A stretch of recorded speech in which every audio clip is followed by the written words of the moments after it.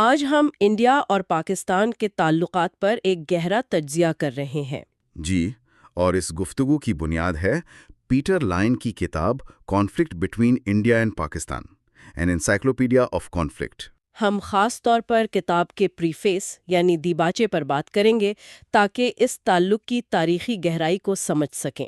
اور مصنف شروع میں ہی ایک بہت دلچسپ وارننگ دیتا ہے۔ جی، وہ کہتا ہے کہ انڈیا اور پاکستان اتنے بڑے اور پیچیدہ ہیں کہ آپ کوئی بھی عام سی بات کہیں، آپ کو اس کی حمایت میں بھی ثبوت مل جائیں گے اور اس کی مخالفت میں بھی۔ بالکل۔ تو چلیں اس الجھی ہوئی تصویر کو سمجھنے کی کوشش کرتے ہیں۔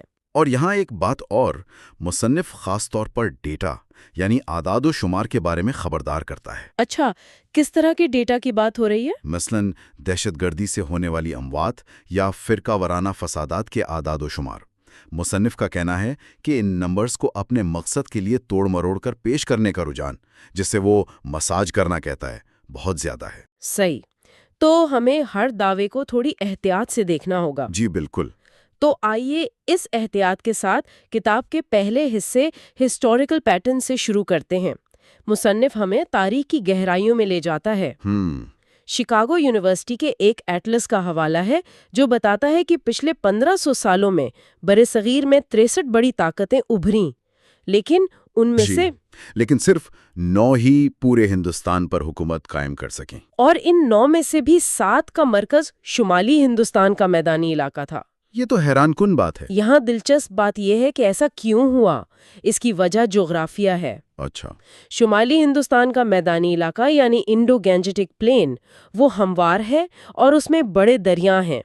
اس وجہ سے یہاں فوجوں کی نقل و حرکت آسان ہوتی ہے، جس سے علاقوں کو فتح کرنا اور ان پر کنٹرول قائم رکھنا نسبتاً آسان ہو جاتا ہے۔ اور ظاہر ہے آبادی اور زراعت بھی۔ بالکل، یہ دنیا کے سب سے زرخیز علاقوں میں سے ہے جہاں آبادی بھی زیادہ ہے اور ریاست کو بہت زیادہ آمدنی ہوتی ہے۔ اچھا، ایک اور بات جو واقعی چونکا دینے والی ہے، 1930 کی سائمن کمیشن رپورٹ کا ذکر ہے۔ جی۔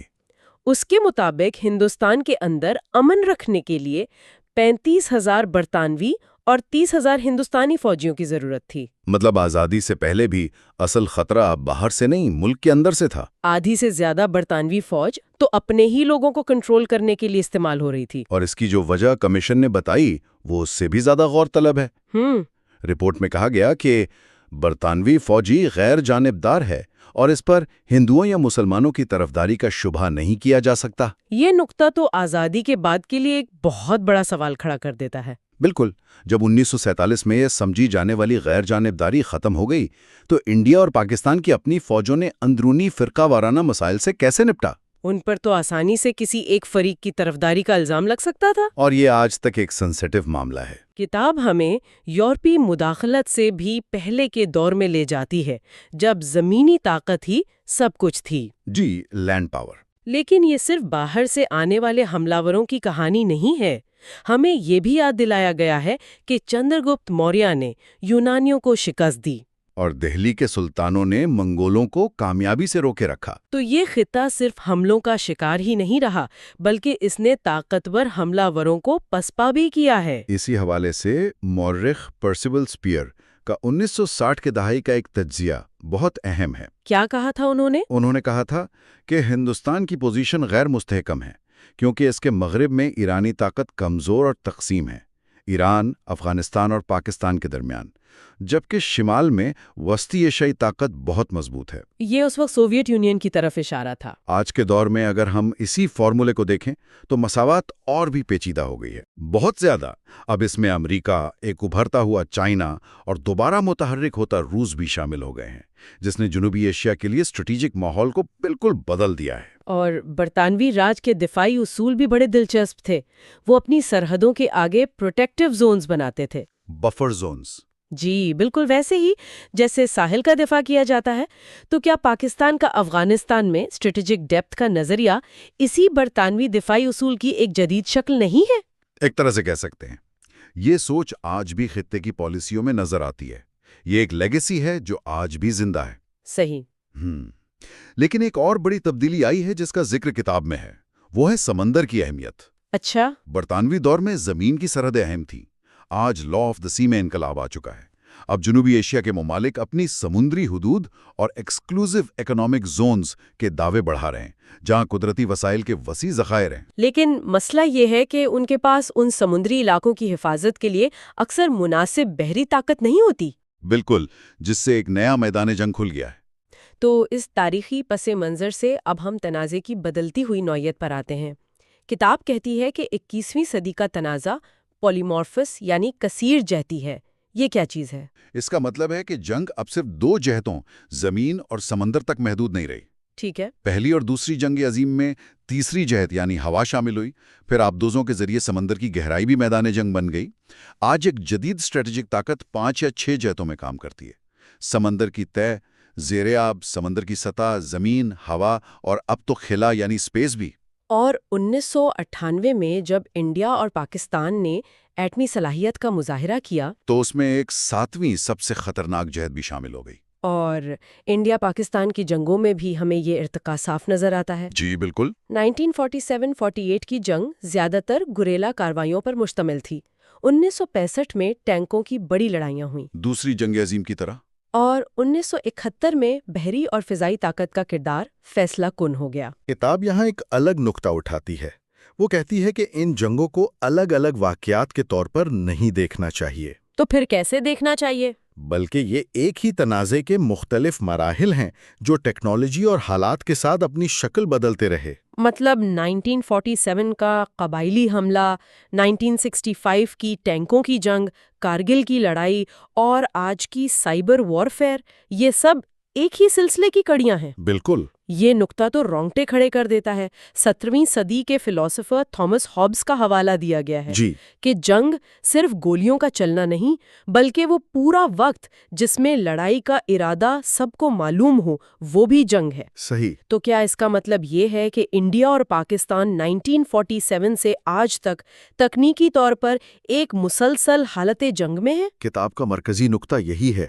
یہ صرف ایک فوجی مسئلہ نہیں بلکہ ایک نفسیاتی حالت ہے۔ اور یہ سوچ ہمارے معاشروں، ہماری سیاست اور ہمارے فیصلوں پر کتنا گہرا اثر ڈالتی ہوگی۔ اور اسی سے جڑا ایک اور اہم تصور ہے جسے کتاب انٹرمیسٹسٹی کہتی ہے۔ انٹرمیسٹسٹی، یہ تھوڑا پیچیدہ لگتا ہے، اسے آسان الفاظ میں کیسے سمجھیں گے؟ انٹرمیسٹسٹی کو سمجھنے کا آسان طریقہ یہ ہے، فرض کریں پاکستان میں کسان گندم کی قیمت پر احتجاج کر رہے ہیں۔ جی یہ ایک خالص گھریلو یعنی ڈومیسٹک مسئلہ لگتا ہے، جی لیکن اگر حکومت قیمتیں کم کرنے کے لیے انڈیا سے گندم درآمد کرنے کا فیصلہ کرتی ہے تو یہ فوراً ایک بین الاقوامی یعنی انٹرنیشنل مسئلہ بن جاتا ہے۔ اچھا۔ اس سے دونوں ممالک کے تجارتی تعلقات، سفارتی ماحول اور یہاں تک کہ کشمیر پر مذاکرات کا مستقبل بھی متاثر ہو سکتا ہے۔ مطلب ایک گھریلو مسئلہ پلک جھپکتے میں خارجہ پالیسی کا حصہ بن گیا۔ بالکل۔ پنجاب، کشمیر، افغانستان، وزیرستان، یہ سب انٹرمیسٹسٹی کی بہترین مثالیں ہیں جہاں اندرونی اور بیرونی مسائل ایک دوسرے میں بری طرح الجھے ہوئے ہیں۔ تو ہم نے دیکھا کہ تاریخی اور جغرافیائی عوامل نے اس تعلق کی بنیاد رکھی، لیکن روزمرہ کی بنیاد پر اس تعلق کو چلاتا کون ہے؟ کتاب یہاں ہمیں عالمی نظام میں جنوبی ایشیا کی پوزیشن سمجھاتی ہے۔ جی۔ وہ کہتی ہے کہ 1980 کی دہائی کے وسط سے 2 بڑی تبدیلیاں آئیں۔ پہلی تو سارک جیسی علاقائی تنظیموں کا قیام تھا۔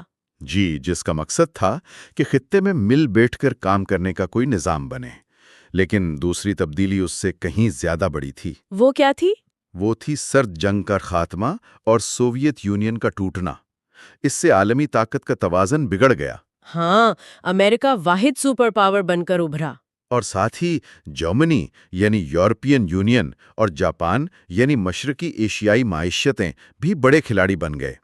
اس نے جنوبی ایشیا کو ایک بہت ہی غیر مستحکم یعنی فلوئڈ عالمی نظام میں لا کھڑا کیا، جہاں پرانے اتحاد کمزور پڑ گئے اور نئے تعلقات کی تلاش شروع ہوئی۔ بالکل۔ یہاں ایک اور دلچسپ بات بتائی گئی ہے کہ سرد جنگ کے دور میں انڈیا اور پاکستان جیسے ممالک اقوام متحدہ جیسے عالمی فورمز پر اپنی اقتصادی کمزوری کی تلافی اپنی سفارتی سرگرمیوں سے کر لیتے تھے۔ جی، وہ ڈی کالونائزیشن اور نان الائنمنٹ کی لہر پر سوار ہو کر عالمی سطح پر ایک اہم اخلاقی آواز بن گئے تھے۔ ملٹی لیٹرلزم جانی کثیر الجہتی فورمز ان کے لیے ایک کارآمد ذریعہ تھا۔ بالکل۔ لیکن اب جیسے جیسے دنیا کا جھکاؤ خالص اقتصادی طاقت کی طرف بڑھ رہا ہے، وہ پرانی سفارتی طاقت شاید اتنی مؤثر نہیں رہی۔ آج آپ کی بات کا وزن آپ کی جی ڈی پی سے ناپا جاتا ہے۔ صحیح۔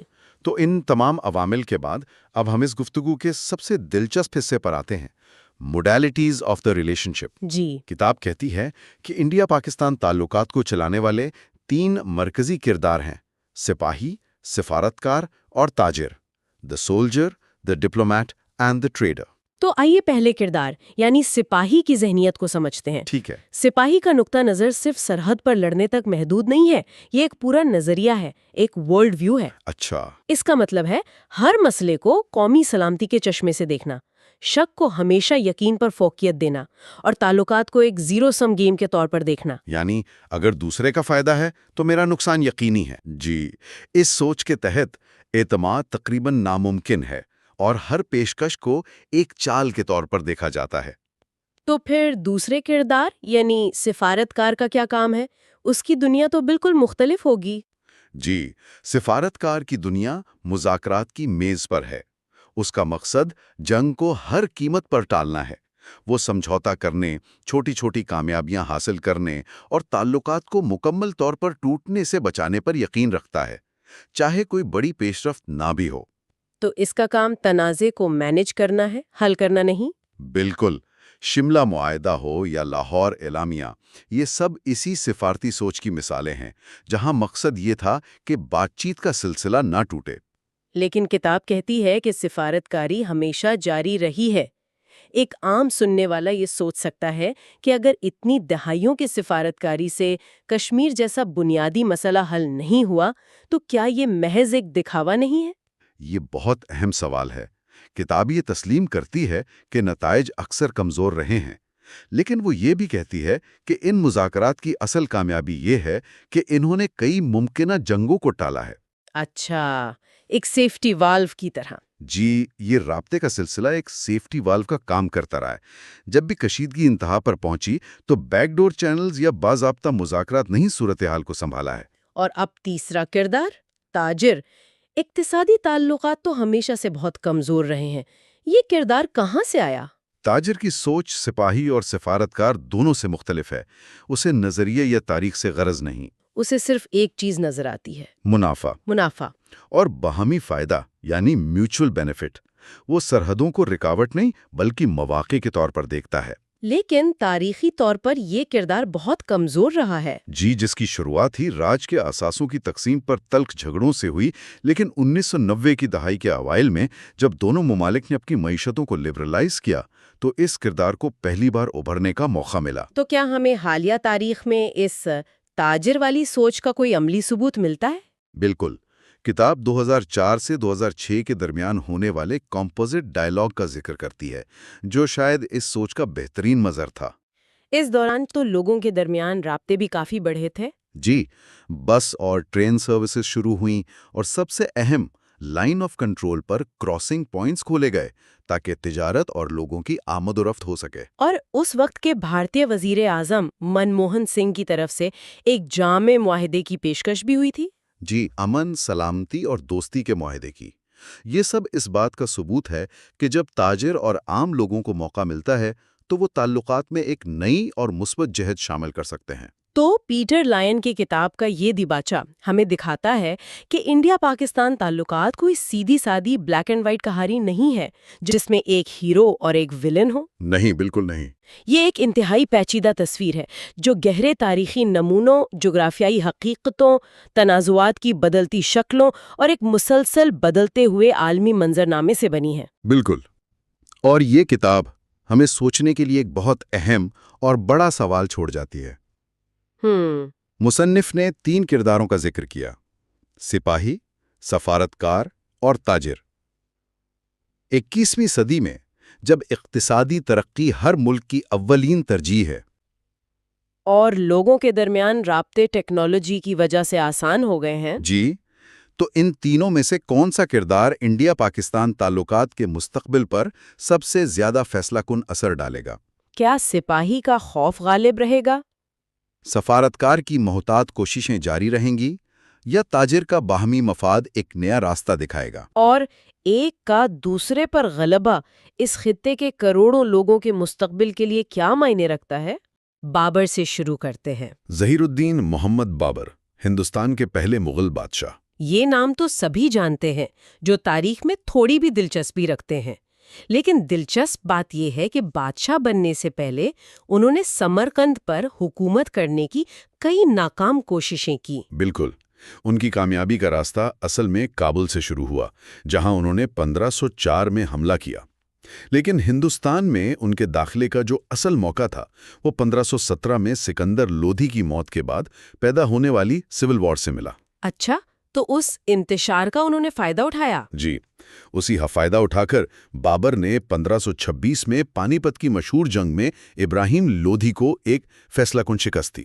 اور یہیں سے پھر مغل سلطنت کی بنیاد پڑی۔ لیکن سورس کہتا ہے کہ بابر صرف ایک باصلاحیت فوجی نہیں تھے، وہ تو فن تعمیر، موسیقی اور ادب میں بھی گہری دلچسپی رکھتے تھے، مطلب ایک کلچرڈ انسان تھے۔ یقیناً، اور ان کی سب سے اہم پالیسیوں میں سے ایک غیر مسلم رعایا کے ساتھ رواداری تھی۔ یہ پالیسی بعد میں آنے والے بیشتر مغل بادشاہوں نے بھی جاری رکھی، اور یہ مغل سلطنت کی ایک پہچان، ایک ہال مارک بن گئی۔ اچھا، اب اگلے موضوع پر چلتے ہیں، جو ایک جوڈیشل ٹریبیونل ہے، باگے ٹریبیونل۔ یہ نام شاید بہت سے لوگوں نے نہ سنا ہو۔ جی، یہ اتنا مشہور نہیں ہے، لیکن اس کا کام بہت اہم تھا، سرحدوں کے تنازعات کو حل کرنا۔ اسے دسمبر 1948 کے ایک ہندو پاک معاہدے کے تحت قائم کیا گیا تھا۔ تو یہ خاص طور پر کن علاقوں کے لیے تھا؟ یہ خاص طور پر مشرقی اور مغربی بنگال اور آسام کے درمیان سرحدی تنازعات کے لیے تھا۔ اس میں 3 ممبرز تھے، چیئرمین سویڈن سے جسٹس باگے، ایک ہندوستانی نامزد رکن اور ایک پاکستانی نامزد رکن، یعنی ایک غیر جانبدارانہ کوشش تھی۔ اور اس کا نتیجہ کیا نکلا؟ کیا کسی ایک ملک کے حق میں فیصلہ ہوا؟ نہیں، ایسا نہیں ہوا۔ فروری 1950 میں جو رپورٹ شائع ہوئی، اس میں 2 تنازعات ہندوستان کے حق میں، ایک پاکستان کے حق میں، اور چوتھا کسی کے حق میں نہیں طے ہوا۔ مطلب کوئی ایک فریق واضح طور پر نہیں جیتا۔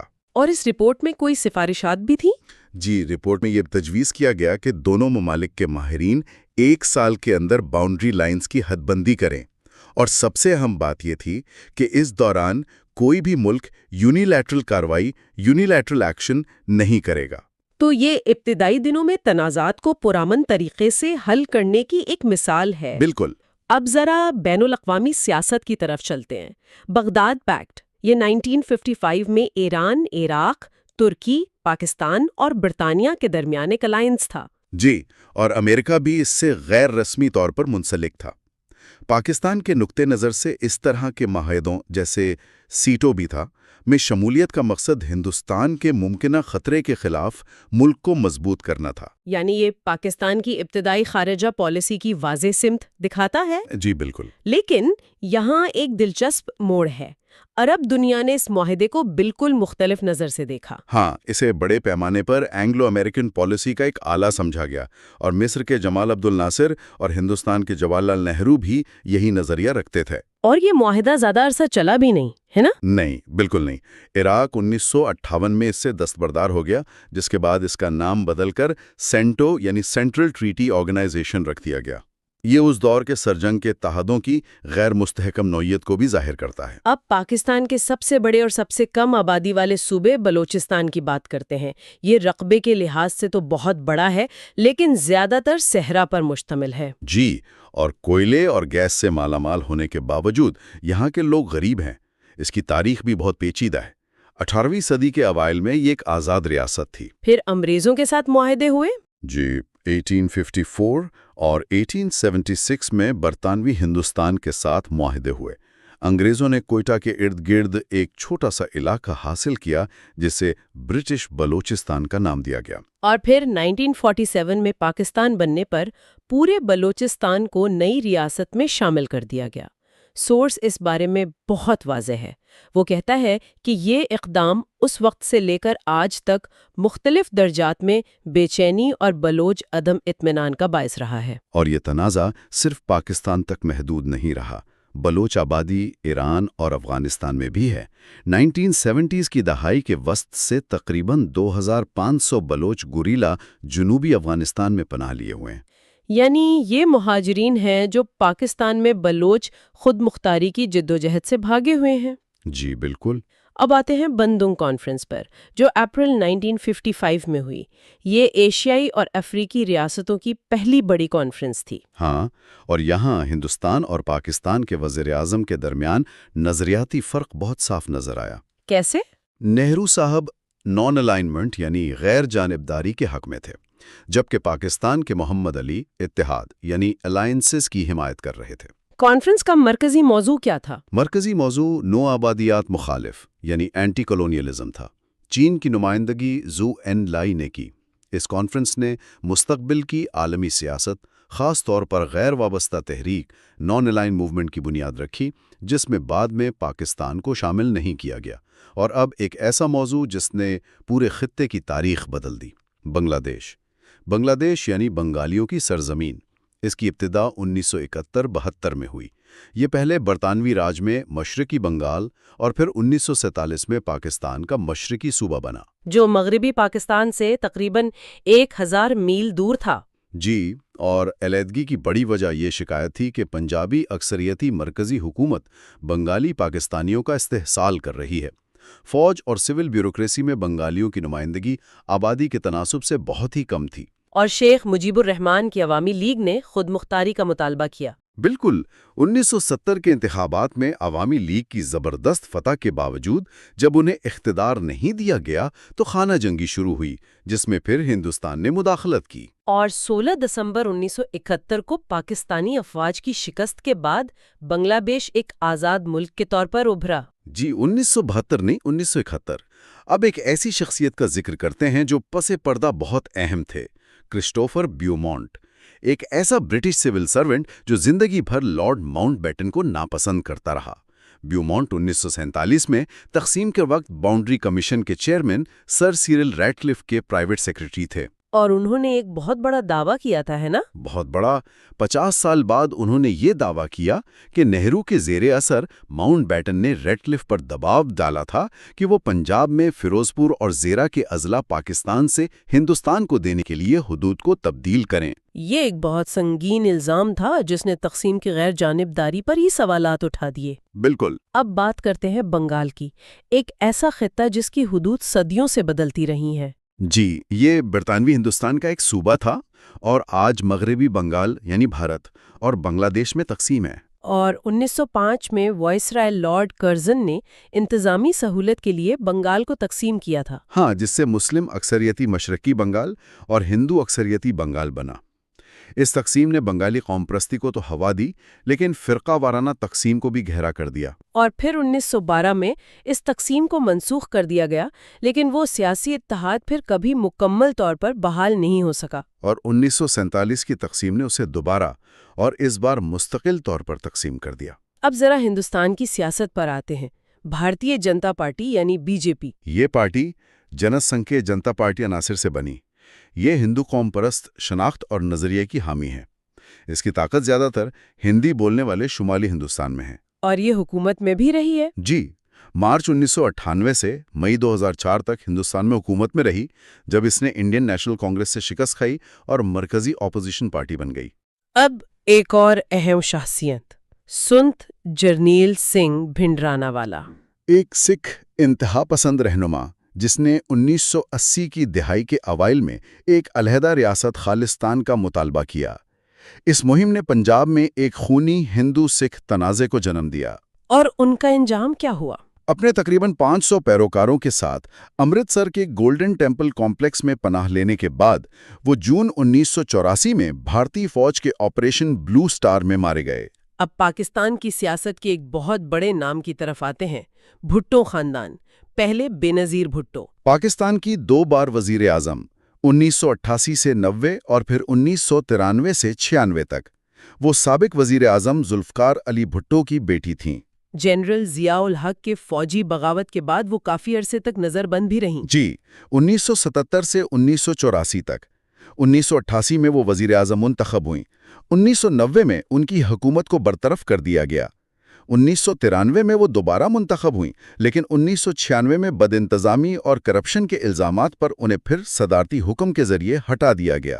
اور ان کا قتل 27 دسمبر 2007 کو راولپنڈی میں ایک انتخابی ریلی میں ہوا۔ جی، ایک بہت بڑا سانحہ تھا۔ اور اب ان کے والد ذوالفقار علی بھٹو، پاکستان کے صدر اور پھر وزیر اعظم، ہندوستان کے سخت ناقد ہونے کے باوجود انہوں نے 1972 میں اندرا گاندھی کے ساتھ شملہ معاہدے پر دستخط کیے۔ اور انہوں نے پاکستان پیپلز پارٹی کی بنیاد رکھی۔ جی، 1967 میں جنرل ضیاء الحق نے ایک فوجی بغاوت میں ان کی حکومت کا تختہ الٹ دیا اور انہیں قتل کی سازش کے الزام میں گرفتار کر لیا گیا۔ اور عالمی رہنماؤں کی اپیلوں کے باوجود انہیں 4 اپریل 1979 کو راولپنڈی میں پھانسی دے دی گئی۔ بالکل۔ ایک اور گروہ کا ذکر کرتے ہیں جو تقسیم کی وجہ سے بہت متاثر ہوا، بہاری۔ یہ اردو بولنے والے مسلمان تھے جو 1947 میں زیادہ تر بہار سے مشرقی پاکستان ہجرت کر گئے تھے۔ اور 1971 میں جب مشرقی پاکستان بنگلہ دیش بنا تو ان لوگوں نے کیا کیا؟ یہ لوگ مغربی پاکستان کے وفادار رہے۔ جنگ کے بعد حکومت پاکستان نے ان میں سے بیشتر کو واپس لینے سے انکار کر دیا۔ تو وہ آج بھی وہی ہیں؟ ہاں، آج بھی 2.5 لاکھ سے زیادہ بہاری بنگلہ دیش میں کیمپوں میں بے وطن زندگی گزار رہے ہیں۔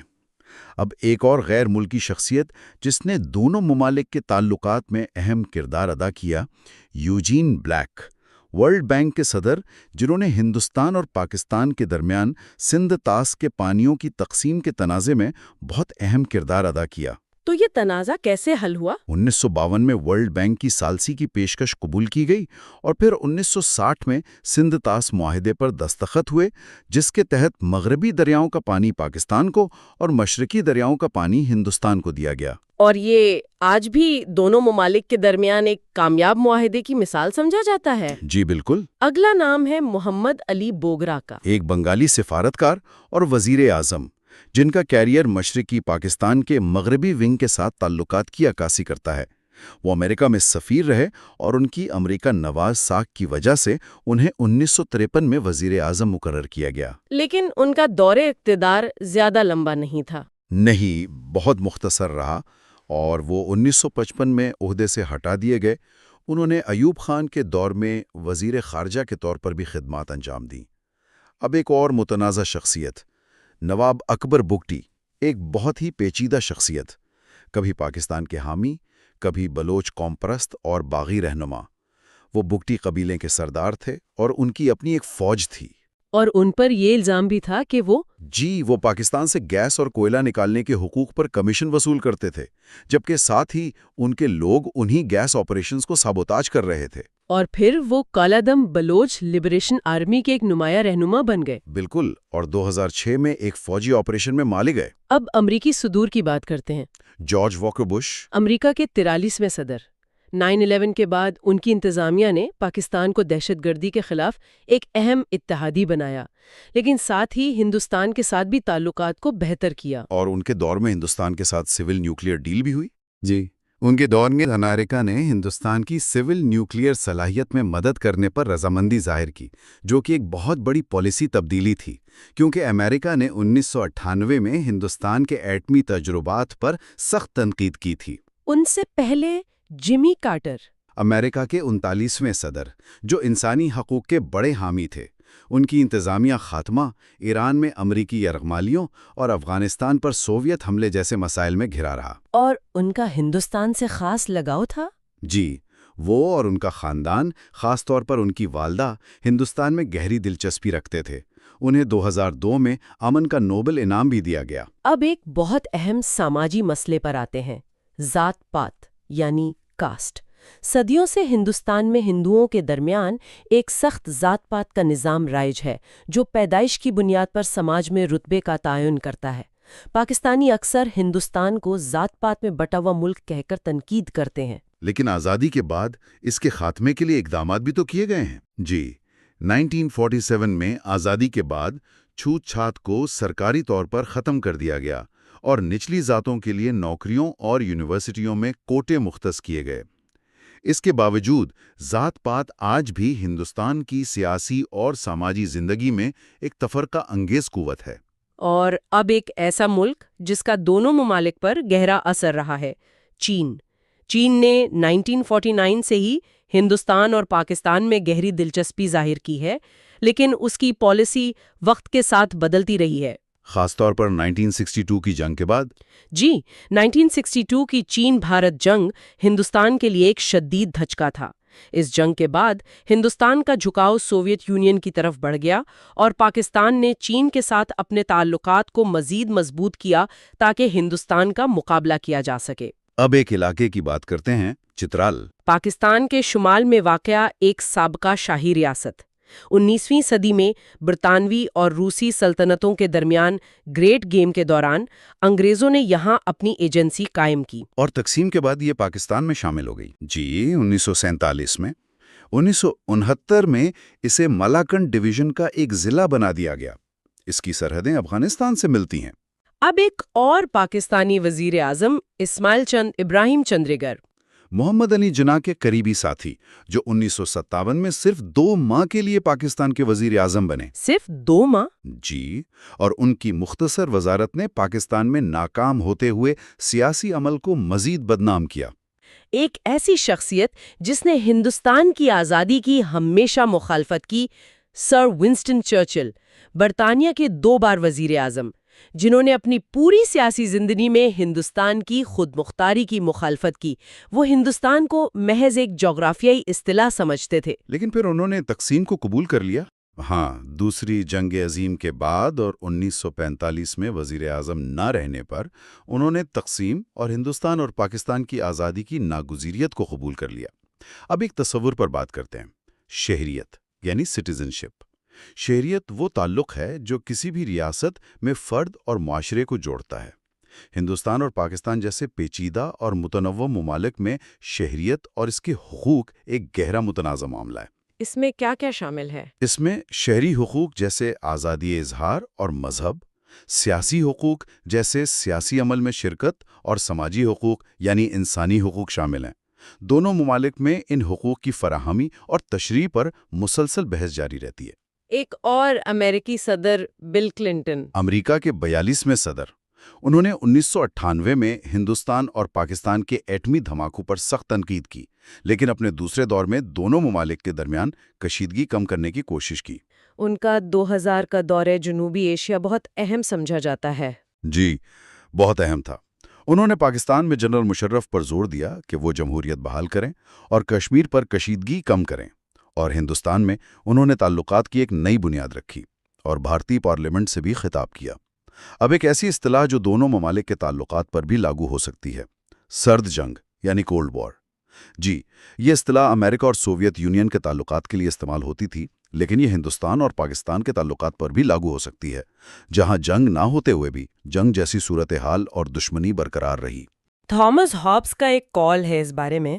جی، انہوں نے کہا تھا کہ جنگ صرف لڑائی کا نام نہیں، بلکہ اس تمام وقت کا نام ہے جس میں لڑنے کا ارادہ واضح طور پر معلوم ہو۔ یہ تعریف 1947 سے ہندوستان پاکستان تعلقات کے کئی ادوار پر بالکل صادق آتی ہے۔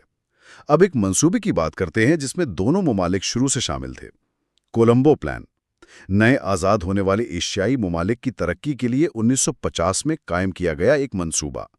یہ ان چند ابتدائی علاقائی تنظیموں میں سے ایک تھا جس میں ہندوستان اور پاکستان دونوں شروع سے ہی ممبر تھے۔ تو یہ کام کیسے کرتا تھا؟ یہ پلان کثیر الجہاتی تھا، لیکن اس پر عمل درآمد 2 طرفہ بنیادوں پر ہوتا تھا، یعنی امداد کے لیے مذاکرات براہ راست ڈونر اور وصول کنندہ ملک کے درمیان ہوتے تھے۔ اور اسی طرح ایک اور گروپ تھا، کولمبو پاورز۔ جی، یہ 1950 کی دہائی میں 5 جنوبی ایشیائی ممالک برما، سیلون، ہندوستان، انڈونیشیا اور پاکستان کے وزیر اعظم کی کبھی کبھار ہونے والی میٹنگز کے لیے استعمال ہونے والی اصطلاح تھی۔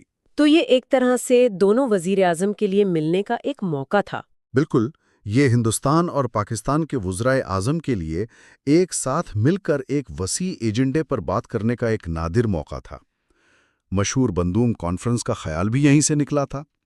اب ایک بہت ہی حساس موضوع، فرقہ واریت یعنی کمیونلزم، مذہب، زبان یا نسل کی بنیاد پر ایک گروہی شناخت کو فروغ دینا، یہ ہندوستان اور پاکستان کی سیاسی اور سماجی زندگی کا ایک نمایاں حصہ رہا ہے اور اکثر ان کے تعلقات کو خراب کرتا ہے۔ اس کی سب سے بڑی مثال تو 1947 کے فسادات ہیں۔ جی، جس میں لاکھوں لوگ مارے گئے اور کروڑوں بے گھر ہوئے، اور گجرات میں 2002 کے فسادات جیسے واقعات ظاہر کرتے ہیں کہ یہ آج بھی ایک بہت بڑا چیلنج ہے۔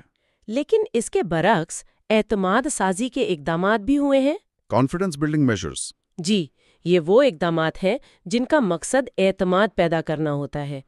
1990 کی دہائی کے آخر سے یہ جملہ ہندوستان-پاکستان تعلقات میں بہت استعمال ہونے لگا ہے۔ اس کی کوئی مثال؟ اس کی مثالوں میں یہ تجویز شامل ہے کہ جموں و کشمیر کے دونوں حصوں کے لیے ایک مشترکہ بجلی کا گرڈ بنایا جائے، جیسا کہ آئرلینڈ میں کیا جا رہا ہے۔ یہ امن کی راہ میں ایک تعمیری قدم ہو سکتا ہے۔ یقیناً۔ اب ایک اور سیاسی عمل کی بات کرتے ہیں جو ایک ملک میں ہوا اور دوسرے میں نہیں، فوجی بغاوت یعنی کودٹا، حکومت پر غیر قانونی طور پر طاقت کے ذریعے قبضہ کرنا۔ پاکستان نے 1947 سے کئی کامیاب فوجی بغاوتیں دیکھی ہیں، 1958، 1977، 1999۔ اور اس کے برعکس ہندوستان میں کبھی فوجی بغاوت نہیں ہوئی۔ کبھی نہیں۔ اس کے قریب ترین چیز اندرا گاندھی کی 1975 کی ایمرجنسی تھی، جسے ایک طرح سے انکمبنسی کو کہا جا سکتا ہے، یعنی حکومت میں رہتے ہوئے اختیارات پر قبضہ کرنا۔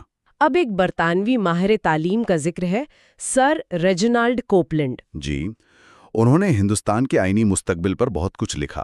وہ 1942 میں کرپس مشن کے ساتھ ہندوستان آئے تھے۔ اور ان کی تحریروں کا کیا اثر ہوا؟ ان کی تحریروں نے برطانوی رائے عامہ کو تقسیم اور پاکستان کے امکان کے لیے تیار کرنے میں مدد دی، حالانکہ وہ ذاتی طور پر امید کرتے تھے کہ ایک کانفیڈریٹ پلان کے ذریعے اتحاد کو برقرار رکھا جا سکتا ہے۔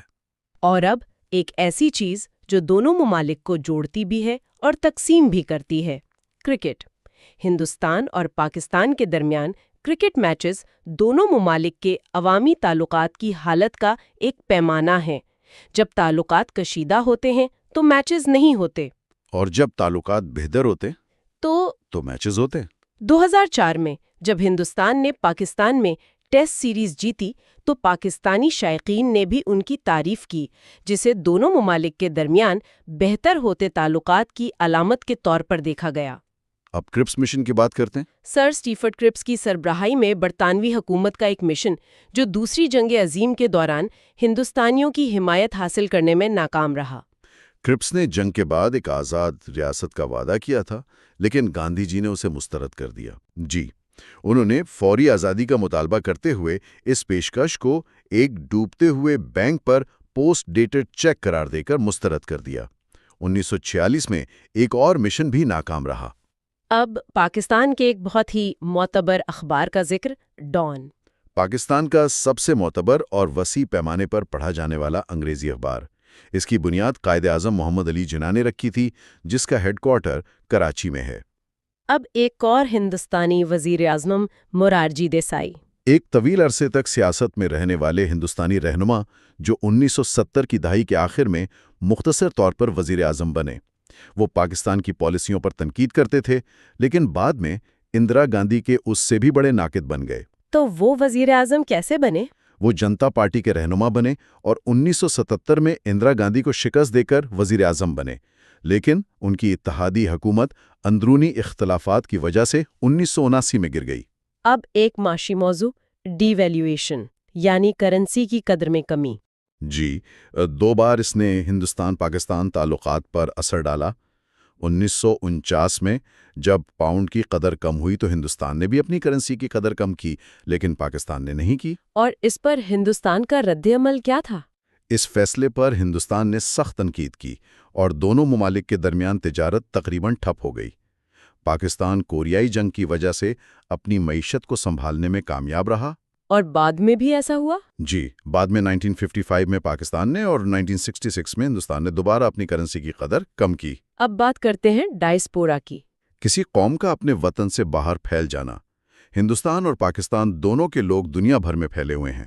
یہ لوگ برطانیہ اور امریکہ جیسے ممالک کی جنوبی ایشیا کی پالیسیوں پر اثر انداز ہو سکتے ہیں۔ لیکن یہ ڈائسپورا یکساں نہیں ہے۔ بالکل نہیں۔ اکثر ان کے خیالات پرانے ہوتے ہیں اور وہ ماضی کے واقعات کی بنیاد پر پالیسیوں کا فیصلہ کرتے ہیں۔ کشمیر کے دونوں طرف کے کشمیری بھی اس ڈائسپورا کا حصہ ہیں۔ اب سفارتکاری یعنی ڈپلومیسی پر آتے ہیں۔ 1947 کے بعد ہندوستان اور پاکستان دونوں نے اپنی پروفیشنل سفارتی خدمات قائم کی۔ ہندوستان نے اس میدان میں تیزی سے ترقی کی۔ ان کی سفارتکاری میں بنیادی فرق کیا رہا ہے؟ ایک بنیادی فرق یہ رہا ہے کہ پاکستان کے مسئلے کو بین الاقوامی بنانا چاہتا تھا، جبکہ ہندوستان ہمیشہ اس بات پر اصرار کرتا رہا کہ یہ ایک دو طرفہ معاملہ ہے۔ اور ایک مشہور جملہ تقسیم کرو اور حکومت کرو، یعنی ڈیوائیڈ اینڈ رول۔ جی، اس کا مطلب ہے کہ کسی نظام کو مختلف حصوں میں تقسیم کر کے اور انہیں الگ الگ رکھ کر حکومت کو برقرار رکھا جائے۔ انگریزوں پر اکثر ہندوستان میں اس پالیسی پر عمل کرنے کا الزام لگایا جاتا ہے۔ اور آزادی کے بعد 1947 کے بعد ہندوستان اور پاکستان دونوں کے حکمرانوں پر بھی بعض اوقات جان بوجھ کر تفریقہ پیدا کرنے کے الزامات لگتے رہے ہیں۔ اب ایک تہوار کی بات کرتے ہیں، دیوالی۔ ہندوؤں کا روشنیوں کا تہوار جو اکتوبر یا نومبر میں منایا جاتا ہے۔ یہ دولت کی دیوی لکشمی اور بھگوان وشنو کے اوتار رام کے اعزاز میں ہوتا ہے۔ اور سکھ بھی یہ تہوار مناتے ہیں؟ جی، سکھ بھی اس تہوار کو اپنے چھٹے گرو کی قید سے رہائی سے جوڑتے ہیں۔ یہ جین مت کا بھی ایک مذہبی تہوار ہے۔ اب ایک اور اہم سفارتکار JN ڈکشٹ۔ ہندوستان کے سابق خارجہ سیکرٹری اور کئی ممالک بشمول پاکستان میں سفیر۔ وہ 2004 سے اپنی موت تک قومی سلامتی کے مشیر رہے۔ اور پاکستان سے متعلق ان کا کیا کردار رہا؟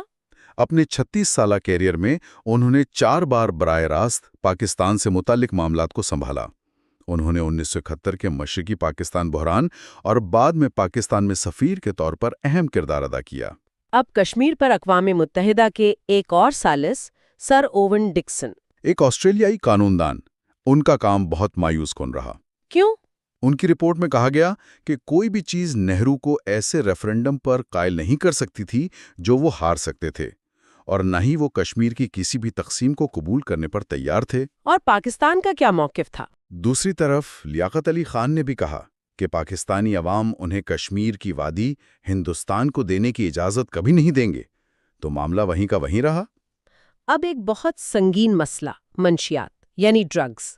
افغانستان دنیا کی زیادہ تر افیون فراہم کرتا ہے جس سے ہیروئن بنتی ہے۔ یہ ملک کی معیشت کا 1/3 حصہ ہے۔ اور اس کا خطے پر کیا اثر پڑ رہا ہے؟ امریکی حکام کا ماننا ہے کہ افغانستان میں منشیات کے خلاف کوششیں ناکام ہو رہی ہیں، خاص طور پر جنوبی علاقوں میں جہاں طالبان امریکی اور نیٹو افواج کے خلاف لڑ رہے ہیں، اور یہ پورا خطہ اس سے متاثر ہوتا ہے۔ اب ایک اور امریکی وزیر خارجہ جان فاسٹر ڈلس 1953 سے 1959 تک امریکی وزیر خارجہ رہے، ایک سخت اینٹی کمیونسٹ جنہوں نے پاکستان کے ساتھ قریبی تعلقات قائم کیے جبکہ ہندوستان کی غیر جانبداری کی پالیسی پر تنقید کی۔ ان کا رویہ تھا کہ یا تو آپ ہمارے ساتھ ہیں یا ہمارے خلاف۔ جی بالکل، اسی وجہ سے وہ پاکستان کو دوست اور ہندوستان کو شک کی نگاہ سے دیکھتے تھے۔ ڈیورنٹ لائن یہ کیا ہے؟ برطانوی ہندوستان اور افغانستان کے درمیان 1898 میں طے کی گئی سرحد۔ اس کا نام برطانوی مذاکرات کار کے نام پر رکھا گیا۔ لیکن افغانستان اسے نہیں مانتا؟ نہیں، 1949 میں افغان قومی اسمبلی نے اس لائن کو بین الاقوامی سرحد کے طور پر مسترد کر دیا۔ سوویت قبضے اور بعد میں افغانستان میں خانہ جنگی کی وجہ سے یہ لائن مجاہدین اور مہاجرین کے لیے ایک بہت ہی غیر محفوظ سرحد بن گئی ہے۔ اب ایک اور سیاسی اصطلاح، ڈائرکی۔ ڈائرکی حکومت کی ایک ایسی شکل جس میں 2 افراد یا ادارے مشترکہ طور پر اعلیٰ اختیارات رکھتے ہیں۔ اور ہندوستان میں اس کا اطلاق کب ہوا؟ یہ اصطلاح خاص طور پر 1919 میں ہندوستان میں انگریزوں کی متعارف کردہ آئینی اصلاحات سے وابستہ ہے، جس کے تحت صوبائی حکومت کے کچھ شعبے ہندوستانیوں کے کنٹرول میں تھے اور کچھ جیسے خزانہ اور سیکیورٹی برطانوی کنٹرول میں رہے۔ اور اب خاندانی سیاست یعنی ڈائناسٹسزم۔ ایک ہی خاندان کی حکومت، جس کا مطلب یہ ہے کہ یہ تسلط ایک سے زیادہ نسلوں تک جاری رہے، اور یہ اصطلاح ہندوستان اور پاکستان دونوں کے لیے استعمال ہوتی ہے۔ جی، یہ اصطلاح ہندوستان میں نہرو گاندھی خاندان اور پاکستان میں بھٹو خاندان کے لیے استعاراتی طور پر استعمال کی جاتی ہے۔ حالانکہ دونوں ممالک میں سیاسی جانشینی رسمی طور پر خاندانی تعلقات کی ضمانت نہیں دیتی۔ اب بات کرتے ہیں مشرقی بنگال یعنی ایسٹ بنگال کی۔ 20ویں صدی میں 2 بار استعمال ہونے والی اصطلاح جو تقریباً جدید بنگلہ دیش کی پیشگوئی کرتی ہے، پہلی تقسیم 1905 سے 1912 تک اور دوسری 1947 سے 1971 تک ہوئی۔ اور 1947 میں تقسیم کے بعد مسلم اکثریتی مشرقی بنگال پاکستان کا حصہ بن گیا۔ جی، جبکہ ہندو اکثریتی مغربی بنگال ہندوستان کا حصہ رہا۔ اور پھر اسے مشرقی پاکستان یعنی ایسٹ پاکستان کہا جانے لگا۔ جی، یہ اصطلاح اگست 1947 سے دسمبر 1971 تک استعمال ہوئی۔ یہ پاکستان کا مشرقی بازو تھا جو جغرافیائی، معاشی اور ثقافتی طور پر مغربی پاکستان سے بہت مختلف تھا۔ اور سیاسی اور معاشی طاقت مغربی پاکستان کے پاس تھی۔ بالکل۔ 1970 کے انتخابات کے بعد جب عوامی لیگ کو اقتدار منتقل نہیں کیا گیا تو خانہ جنگی شروع ہوئی اور ہندوستان کی مدد سے مشرقی پاکستان بنگلہ دیش بن گیا۔ ایک اور امریکی صدر ڈوائٹ ڈیوڈ آئزن ہاور، امریکہ کے 34ویں صدر، ان کے دور صدارت میں پاکستان امریکہ کا باقاعدہ اتحادی بنا، لیکن آئزن ہاور نے ہندوستان کے ساتھ بھی متوازن تعلقات رکھے۔ وہ ہندوستان کا دورہ کرنے والے پہلے امریکی صدر تھے۔ جی، دسمبر 1959 میں، اور ان کا شاندار استقبال ہوا۔ نہرو کے تعلقات آئزن ہاور کے ساتھ دیگر امریکی صدور کے مقابلے میں بہتر تھے۔ اب ہندوستان کی تاریخ کے ایک متنازع دور پر آتے ہیں، ایمرجنسی۔ جون 1975 میں اندرا گاندھی کی طرف سے نافذ کیا گیا ایک سخت دور جو 21 ماہ تک جاری رہا۔ اپوزیشن لیڈروں کو قید کیا گیا، پریس پر سخت سینسرشپ لگائی گئی اور عدلیہ کے اختیارات کو محدود کر دیا گیا۔ اور اس کا خاتمہ کیسے ہوا؟ اس کا خاتمہ مارچ 1977 کے انتخابات میں اندرا گاندھی اور ان کی کانگریس پارٹی کی فیصلہ کن شکست پر ہوا۔ یہ پہلی بار تھا جب کانگریس نے قومی حکومت پر اپنا کنٹرول کھویا۔ اب بنگلہ دیش کی ایک اور شخصیت حسین محمد ارشاد، ایک بنگلہ دیشی فوجی اور سیاستدان جنہوں نے 1982 میں ایک خون ریز بغاوت میں اقتدار پر قبضہ کیا اور 1990 تک صدر رہے۔ اور وہ مارشل لا ایڈمنسٹریٹر بھی رہے۔ جی، 1982 سے 1986 تک چیف مارشل لا ایڈمنسٹریٹر رہے۔ بدعنوانی کے الزام میں سزا کاٹنے کے بعد وہ 2007 میں دوبارہ انتخابات میں حصہ لینے کے اہل قرار پائے۔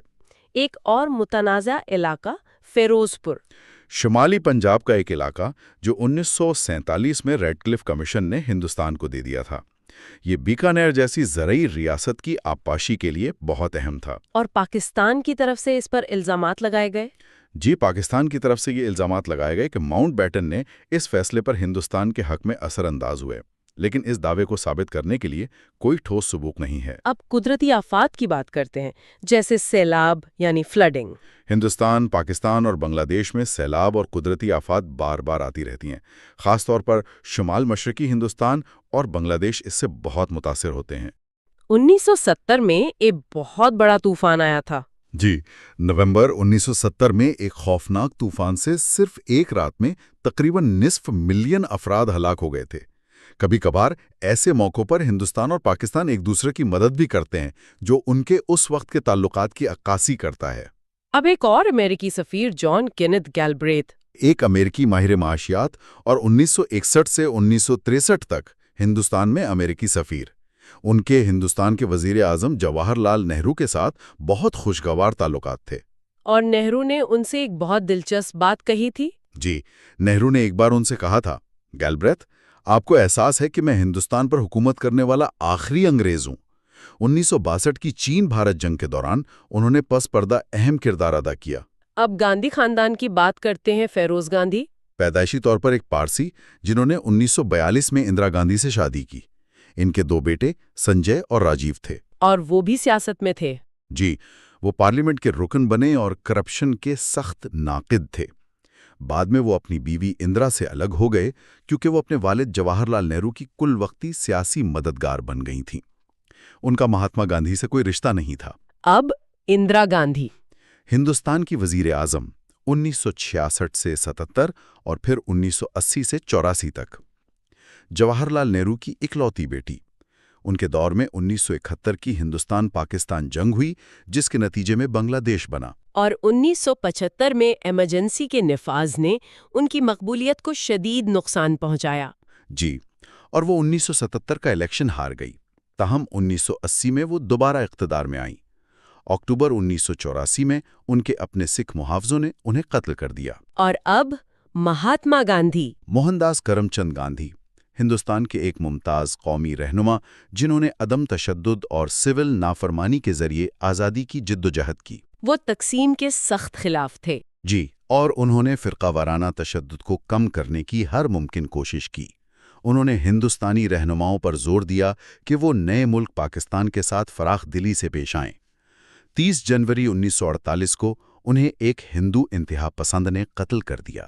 اور پھر ان کے نواسے راجیو گاندھی، ہندوستان کے وزیر اعظم 1984 سے 1989 تک، انہوں نے پاکستان کے ساتھ تعلقات بہتر بنانے کی کوشش کی، خاص طور پر بے نظیر بھٹو سے ملاقات کر کے۔ وہ اپنی والدہ کے قتل کے بعد ریکارڈ اکثریت سے جیتے تھے۔ جی، لیکن کرپشن کے سکینڈلز کی وجہ سے 1989 میں الیکشن ہار گئے۔ 21 مئی 1991 کو ایک انتخابی مہم کے دوران انہیں بھی قتل کر دیا گیا۔ اور اب خاندان کی موجودہ سربراہ سونیا گاندھی اٹلی میں پیدا ہوئی، راجیو گاندھی کی بیوہ اور انڈین نیشنل کانگریس پارٹی کی صدر۔ وہ نہرو گاندھی خاندان کی موجودہ سربراہ ہیں۔ اور وہ وزیر اعظم بننے سے انکار کر چکی ہیں۔ جی، 2004 کے انتخابات میں کانگریس کی جیت کے باوجود انہوں نے وزیر اعظم بننے سے انکار کر دیا، لیکن وہ پس پردہ بہت بااثر ہیں۔ انہوں نے ہندوستان پاکستان تعلقات میں کوئی خاص دلچسپی ظاہر نہیں کی۔ اب ایک اور شمالی علاقہ گلگت، کشمیر کے شمال مغرب میں ایک پہاڑی علاقہ۔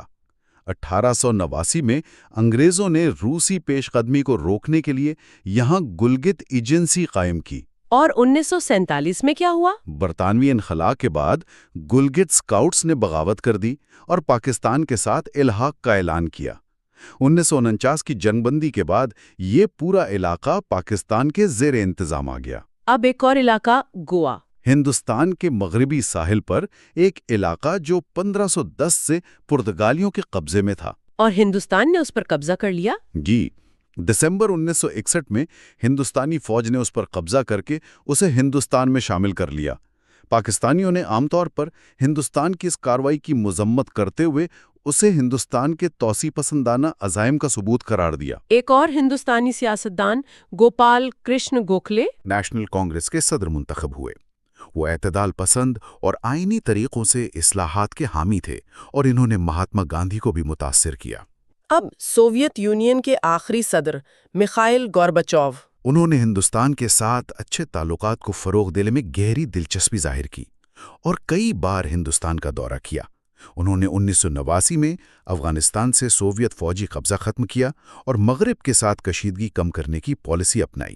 گورنمنٹ آف انڈیا ایکٹ 1935، برطانوی پارلیمنٹ کا ایک طویل قانون جس نے صوبائی سطح پر اختیارات میں توسیع کی، لیکن مرکز میں وائسرائے کے پاس دفاع اور خارجہ امور جیسے اہم شعبے رکھے۔ اور اس کا اثر آزادی کے بعد بھی رہا۔ جی، 1947 کے بعد جب ہندوستان نے اپنا آئین بنایا تو اس کا زیادہ تر حصہ اسی 1935 کے ایکٹ پر مبنی تھا۔ اب ایک برطانوی فوجی officer general sir Douglas David Gracey, ایک سینئر برطانوی فوجی افسر جو 1947 سے 1948 تک پاکستان آرمی کے چیف آف سٹاف اور 1948 سے 1951 تک کمانڈر ان چیف رہے، وہ پاکستان کی فوج کی ابتدائی تشکیل میں ایک اہم شخصیت تھے۔ اب ایک اور مشہور اصطلاح دی گریٹ گیم۔ تقریباً ایک صدی تک وکٹورین برطانیہ اور زار روس کی سلطنتوں کے درمیان وسطی ایشیا میں جاسوسی کی ایک خفیہ جنگ جاری رہی، جسے دی گریٹ گیم کہا جاتا ہے۔ اور یہ اصطلاح آج بھی استعمال ہوتی ہے۔ جی، سر جنگ کے خاتمے کے بعد یہ اصطلاح کبھی کبھار وسطی ایشیا میں روس، چین اور امریکہ کے درمیان جاری رقابتوں کو بیان کرنے کے لیے دوبارہ استعمال کی جاتی ہے، جس کا اثر ہندوستان اور پاکستان کی جیو پولیٹکس پر بھی پڑتا ہے۔ اب ہندوستان کی عظیم طاقت بننے کی خواہشات یعنی گریٹ پاور ایسپریشنز پر بات کرتے ہیں۔ ہندوستان میں ایک عظیم طاقت کے طور پر پہچانے جانے کی وسیع خواہش پائی جاتی ہے، جبکہ پاکستانی اس بات پر گہری تشویش کا اظہار کرتے ہیں کہ اس سے پاکستان کو نقصان پہنچے گا۔ اور اس کی ایک مثال اقوام متحدہ کی سلامتی کونسل ہے۔ جی، ہندوستان کئی دہائیوں سے اقوام متحدہ کی سلامتی کونسل میں مستقل رکنیت حاصل کرنے کی کوشش کر رہا ہے، لیکن ابھی تک ناکام رہا ہے۔ اب زراعت کی طرف آتے ہیں۔ سبز انقلاب یعنی گرین ریولوشن 1960 اور 1970 کی دہائی میں ہندوستان اور پاکستان سمیت کئی ترقی پذیر ممالک میں اناج، خاص طور پر چاول اور گندم کی پیداوار میں ڈرامائی اضافے کے لیے استعمال ہونے والی اصطلاح۔ اور یہ کیسے ممکن ہوا؟ یہ زیادہ پیداوار دینے والے بیجوں، کھاد اور پانی کے بہتر استعمال کی وجہ سے ممکن ہوا، لیکن اس سے صرف نسبتاً کم تعداد میں کسانوں کو فائدہ پہنچا۔ ایک اور ہندوستانی وزیر اعظم اندر کمار گجرال، ایک ہندوستانی سیاستدان جو 1997-1998 میں وزیر اعظم بنے، وہ جہلم، جو اب پاکستان میں ہے، میں پیدا ہوئے تھے۔ انہوں نے پاکستان کے ساتھ تعلقات کو بہتر بنانے کی بھرپور کوشش کی، وہ وزیر خارجہ بھی رہے۔ اور اب گرداسپور، ایک اور متنازع ضلع۔ شمال مشرقی پنجاب کا ایک ضلع جسے 1947 میں ریڈ کلف کمیشن نے متنازع طور پر ہندوستان کو دے دیا، جس پر پاکستان نے شدید اعتراض کیا۔ یہ ہندوستان کے لیے کیوں اہم تھا؟ یہ ضلع ہندوستان کے لیے امرتسر کو باقی ملک سے جوڑنے کے لیے ضروری تھا۔ پاکستانیوں نے الزام لگایا کہ ماؤنٹ بیٹن نے یہ ضلع ہندوستان کو اس لیے دیا تاکہ کشمیر کے ساتھ زمینی رابطہ ممکن ہو سکے، لیکن یہ الزام ثابت نہیں ہو سکا۔ اب گوادر بندرگاہ، بلوچستان میں پاکستان کی بحرائے عرب کی ساحلی پٹی پر ایک بندرگاہ، یہ آبنائے ہرمز کے قریب ہونے کی وجہ سے اسٹریٹجک طور پر بہت اہم ہے، جہاں سے دنیا کا 40% تیل گزرتا ہے۔ اور اس کی تعمیر میں چین نے مدد کی ہے؟ جی، چین نے اس بندرگاہ کی تعمیر میں تقریباً $200 ملین کی مدد کی ہے۔ صدر مشرف نے اسے چین کے لیے ایک تجارتی اور توانائی کی راہداری بنانے میں دلچسپی ظاہر کی تھی۔ اب ایک واقعے کی بات کرتے ہیں۔ بال نبی بغاوت 1963 26 دسمبر 1963 کو سری نگر کے قریب حضرت بل کی درگاہ سے پیغمبر محمد صلی اللہ علیہ وسلم سے منسوب ایک بال کے چوری ہو جانے کی وجہ سے کشمیر میں شدید بے چینی پھیل گئی۔ اور اس کے سیاسی نتائج کیا ہوئے؟ اس واقعے نے کئی سالوں میں کشمیر میں سب سے سنگین سیاسی بے امنی کو جنم دیا۔ اس کے نتیجے میں شیخ عبداللہ، جو 10 سال سے زیادہ عرصے سے قید میں تھے، کو رہا کر دیا گیا۔ اب بنگال کی ایک اور اہم شخصیت فضل حق، شیر بنگال کے نام سے مشہور، بنگالی اور پاکستانی سیاست کی ایک اہم اور متحرک شخصیت۔ وہ کرشک پرجا پارٹی کے بانی تھے۔ اور ان کے جناح صاحب سے اختلافات تھے۔ جی، ان کے محمد علی جناح کے ساتھ شدید اختلافات تھے، اور انہوں نے 1941 میں ہندو مہاسبھا کے ساتھ مل کر وزارت بنائی۔ وہ مشرقی پاکستان کے گورنر بھی رہے۔ اور ہندو مہاسبھا کیا تھی؟ 1906 میں مسلم لیگ کے قیام کے رد عمل میں 1914 میں قائم ہونے والی ایک ہندو قوم پرست تحریک۔ یہ تحریک تمام سیاست کو ہندو بنانے اور ہندو مذہب کو عسکری بنانے پر زور دیتی تھی۔ اور انہوں نے پاکستان کے قیام کی مخالفت کی۔ جی، اسے مادر ہند کی چیر پھاڑ قرار دیا۔ 1960 کے بعد یہ تحریک زوال پذیر ہو گئی۔ اب ایک مذہب ہندو مت یعنی ہندوازم، ایک پیچیدہ مذہب اور سماجی نظام۔ ہندوؤں کا عقیدہ ہے کہ موت کے بعد دوبارہ جنم ہوتا ہے اور زندگی کے اعمال اگلے جنم کا تعین کرتے ہیں۔ ہندوستانی آبادی کا تقریباً 3/4 حصہ ہندوؤں پر مشتمل ہے۔ اور اب ایک اصطلاح ہندوستان۔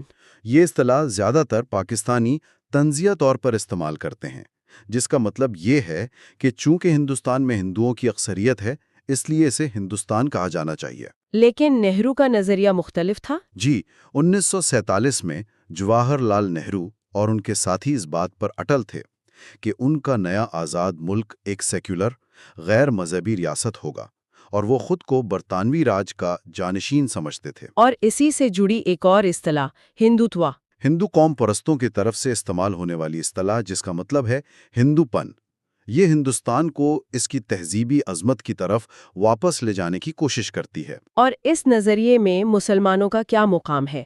یہ نظریہ مسلمانوں کو غیر کے طور پر دیکھتا ہے۔ جنہیں ہندوستان میں رہنا ہے تو ہندو اکثریت کے اصولوں کا احترام کرنا ہوگا۔ اس کا حتمی مقصد ایک ہندو راشٹر کا قیام ہے۔ اب انسانی حقوق یعنی ہیومن رائٹس کی بات کرتے ہیں۔ 1947 سے ہی ہندوستان اور پاکستان ایک دوسرے پر انسانی حقوق کی خلاف ورزیوں کے الزامات لگاتے رہے ہیں، لیکن حالیہ برسوں میں خاص طور پر کشمیر کے حوالے سے یہ الزامات زیادہ نمایاں ہو گئے ہیں۔ اور بین الاقوامی سطح پر ہندوستان کی کیا پوزیشن ہے؟ ہندوستان کو 2006 میں نئی قائم ہونے والی اقوام متحدہ کی انسانی حقوق کونسل کا رکن منتخب کیا گیا، جس میں اسے سب سے زیادہ ووٹ ملے۔ اور کشمیر میں حریت کانفرنس؟ آل پارٹیز حریت کانفرنس 1990 میں قائم ہوئی۔ یہ مختلف مفادات کا ایک ڈھیلا ڈھالا اتحاد ہے جو کشمیر کے مستقبل میں فیصلہ کن کردار ادا کرنا چاہتا ہے، لیکن یہ اپنے قیام کے بعد سے کوئی واضح اور پائیدار اتفاق رائے پیدا کرنے میں ناکام رہی ہے۔ اب حیدرآباد کی شاہی ریاست، برطانوی راج کے تحت سب سے زیادہ آبادی والی شاہی ریاست، جس کا حکمران مسلمان یعنی نظام تھا، لیکن آبادی کی اکثریت ہندو تھی۔ اور نظام نے آزاد رہنے کی کوشش کی۔ جی 1947 میں ریاست میں بڑھتی ہوئی بدامنی کے بعد ہندوستانی حکومت نے پولیس ایکشن کے نام پر فوج بھیج کر حیدرآباد کو ہندوستانی یونین میں شامل کر لیا۔ اور اب شناختی سیاست یعنی آئیڈینٹی پالیٹکس۔ 20ویں صدی کے آخر سے ہندوستان اور پاکستان دونوں میں شناختی سیاست میں تیزی سے اضافہ ہوا ہے۔ مذہب، ذات، قبیلے اور نسلی برادریوں کے درمیان کشیدگی نے سماجی تنازعات میں اضافہ کیا ہے، جس سے سیاسی نظاموں کے لیے ان تنازعات کو سنبھالنا مشکل ہو گیا ہے۔ انڈین نیشنل کانگریس 1885 میں قائم ہونے والی یہ پارٹی آزادی کے بعد 3 دہائیوں سے زیادہ عرصے تک ہندوستان کی واحد حقیقی آل انڈیا پارٹی رہی۔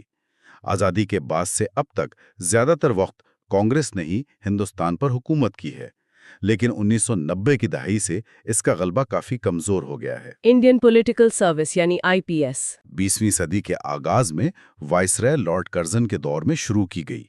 یہ شمال مغربی سرحدی صوبے کا انتظام سنبھالتی تھی اور افغانستان اور شاہی ریاستوں کے ساتھ تعلقات کو دیکھتی تھی۔ اس میں 1/3 لوگ انڈین سول سروس سے اور 2/3 سینئر فوجی افسران سے بھرتی کیے جاتے تھے۔ انڈو پاک جوائنٹ کمیشن 1983 میں اقتصادی تعاون کو فروغ دینے کے لیے قائم کیا گیا۔ اس کے تحت تجارت، معیشت اور سفر کے لیے ذیلی کمیٹیاں بنائی گئیں۔ یہ کمیشن 1989 میں تعلقات خراب ہونے پر غیر فعال ہو گیا تھا۔ 2005 میں صدر مشرف کے دورہ ہندوستان کے دوران اسے دوبارہ فعال کرنے کا فیصلہ کیا گیا۔ اقوام متحدہ کا ہندوستان پاکستان تعلقات میں کیا کردار رہا ہے؟ اقوام متحدہ دونوں ممالک کے درمیان بحث و مباحثے اور کبھی کبھار معاہدوں کے لیے ایک اہم فورم رہا ہے۔ ہندوستان کی درخواست پر ہی اقوام متحدہ نے کشمیر تنازع میں مداخلت کی، جس کے نتیجے میں 1949 میں جنگ بندی ہوئی۔ لیکن ہندوستان اس مداخلت سے مایوس ہوا۔ جی، کیونکہ وہ اس سے زیادہ کی امید کر رہا تھا۔ اب پہلی ہندوستان پاکستان جنگ 1947-1948 کشمیر کے مہاراجا ہری سنگھ نے آزاد رہنے کی کوشش کی، لیکن شمال مغربی سرحدی صوبے کے قبائلیوں اور پاکستانی فوجیوں کے حملے کے بعد انہوں نے کشمیر کا الحاق ہندوستان سے کر دیا۔ اور پھر ہندوستان نے اپنی فوج کشمیر بھیجی۔ جی، اور پہلی ہندوستان پاکستان جنگ شروع ہو گئی۔ جنگ کا خاتمہ 31 دسمبر 1948 کو اقوام متحدہ کی جنگ بندی سے ہوا۔ اس جنگ میں پاکستان نے کشمیر کا تقریباً 2/3 حصہ حاصل کیا، جبکہ ہندوستان کو وادی سمیت باقی حصہ ملا۔ اور اس کے بعد بھی کئی جنگیں ہوئیں۔ جی، آزادی کے بعد سے دونوں ممالک کے درمیان 3 بڑی جنگیں 1947، 1965، 1971 اور ایک چھوٹی جنگ 1999 میں کارگل میں ہو چکی ہیں۔ ہر تنازع کی جڑ میں کسی نہ کسی طرح کشمیر کا مسئلہ رہا ہے۔ اب ذرا بہت قدیم تاریخ میں چلتے ہیں، وادی سندھ کی تہذیب، جسے ہڑپا کی تہذیب بھی کہا جاتا ہے، یہ دنیا کی ابتدائی تہذیبوں میں سے ایک ہے۔ اس کے آثار 1920 کی دہائی میں ہڑپا اور موہنجو دڑو، جو موجودہ پاکستان میں ہے، سے ملے۔ اور یہ قدیم تہذیب موجودہ پاکستانیوں کے لیے ایک تحریک کا باعث ہے۔ جی، کہ ان کی سرزمین کوئی نئی نہیں بلکہ قدیم تاریخ کی حامل ہے۔ اور اسی تہذیب کا مرکز دریائے سندھ، ایشیا کے عظیم دریاؤں میں سے ایک، جو تبت سے نکل کر پاکستان سے ہوتا ہوا بحیرہ عرب میں گرتا ہے۔ اس کی لمبائی تقریباً 1800 میل ہے۔ اس کی وادی میں زراعت کا انحصار زیادہ تر آبپاشی پر ہے۔ اور اسی دریا پر سندھ طاس معاہدہ ہوا۔ جی، 1947 کی تقسیم نے صرف زمین نہیں، دریاؤں کو بھی تقسیم کر دیا تھا۔ ورلڈ بینک کی ثالثی میں 1960 میں یہ معاہدہ طے پایا کہ مغربی دریاؤں یعنی سندھ، جہلم، چناب کا استعمال پاکستان کرے گا اور مشرقی دریاؤں راوی، بیاس، ستلج کا استعمال ہندوستان کرے گا۔ یہ معاہدہ آج بھی قائم ہے۔ اب پاکستان کی intelligence agency ISI؟ Inter services intelligence Pakistan کی ملٹری انٹیلیجنس سروسز میں سے ایک ہے جو پاکستان کی خارجہ انٹیلیجنس کے لیے بنیادی طور پر ذمہ دار ہے۔ اس کا مطلب ہے کہ اس کی زیادہ تر توجہ ہندوستان پر مرکوز رہتی ہے۔ اور اس میں توسیع کب ہوئی؟ 1979 میں افغانستان پر سوویت قبضے کے دوران ISI میں سعودی عرب اور امریکہ کی مدد سے کافی توسیع ہوئی۔ اس کے وسائل، اثر و رسوخ اور غیر ملکی رابطوں میں بے پناہ اضافہ ہوا۔ اب پاکستان کے نظریاتی باپ محمد اقبال، شاعر اور فلسفی، انہیں پاکستان کا قومی شاعر تسلیم کیا جاتا ہے، جو ان کی وفات کے تقریباً ایک دہائی بعد وجود میں آیا۔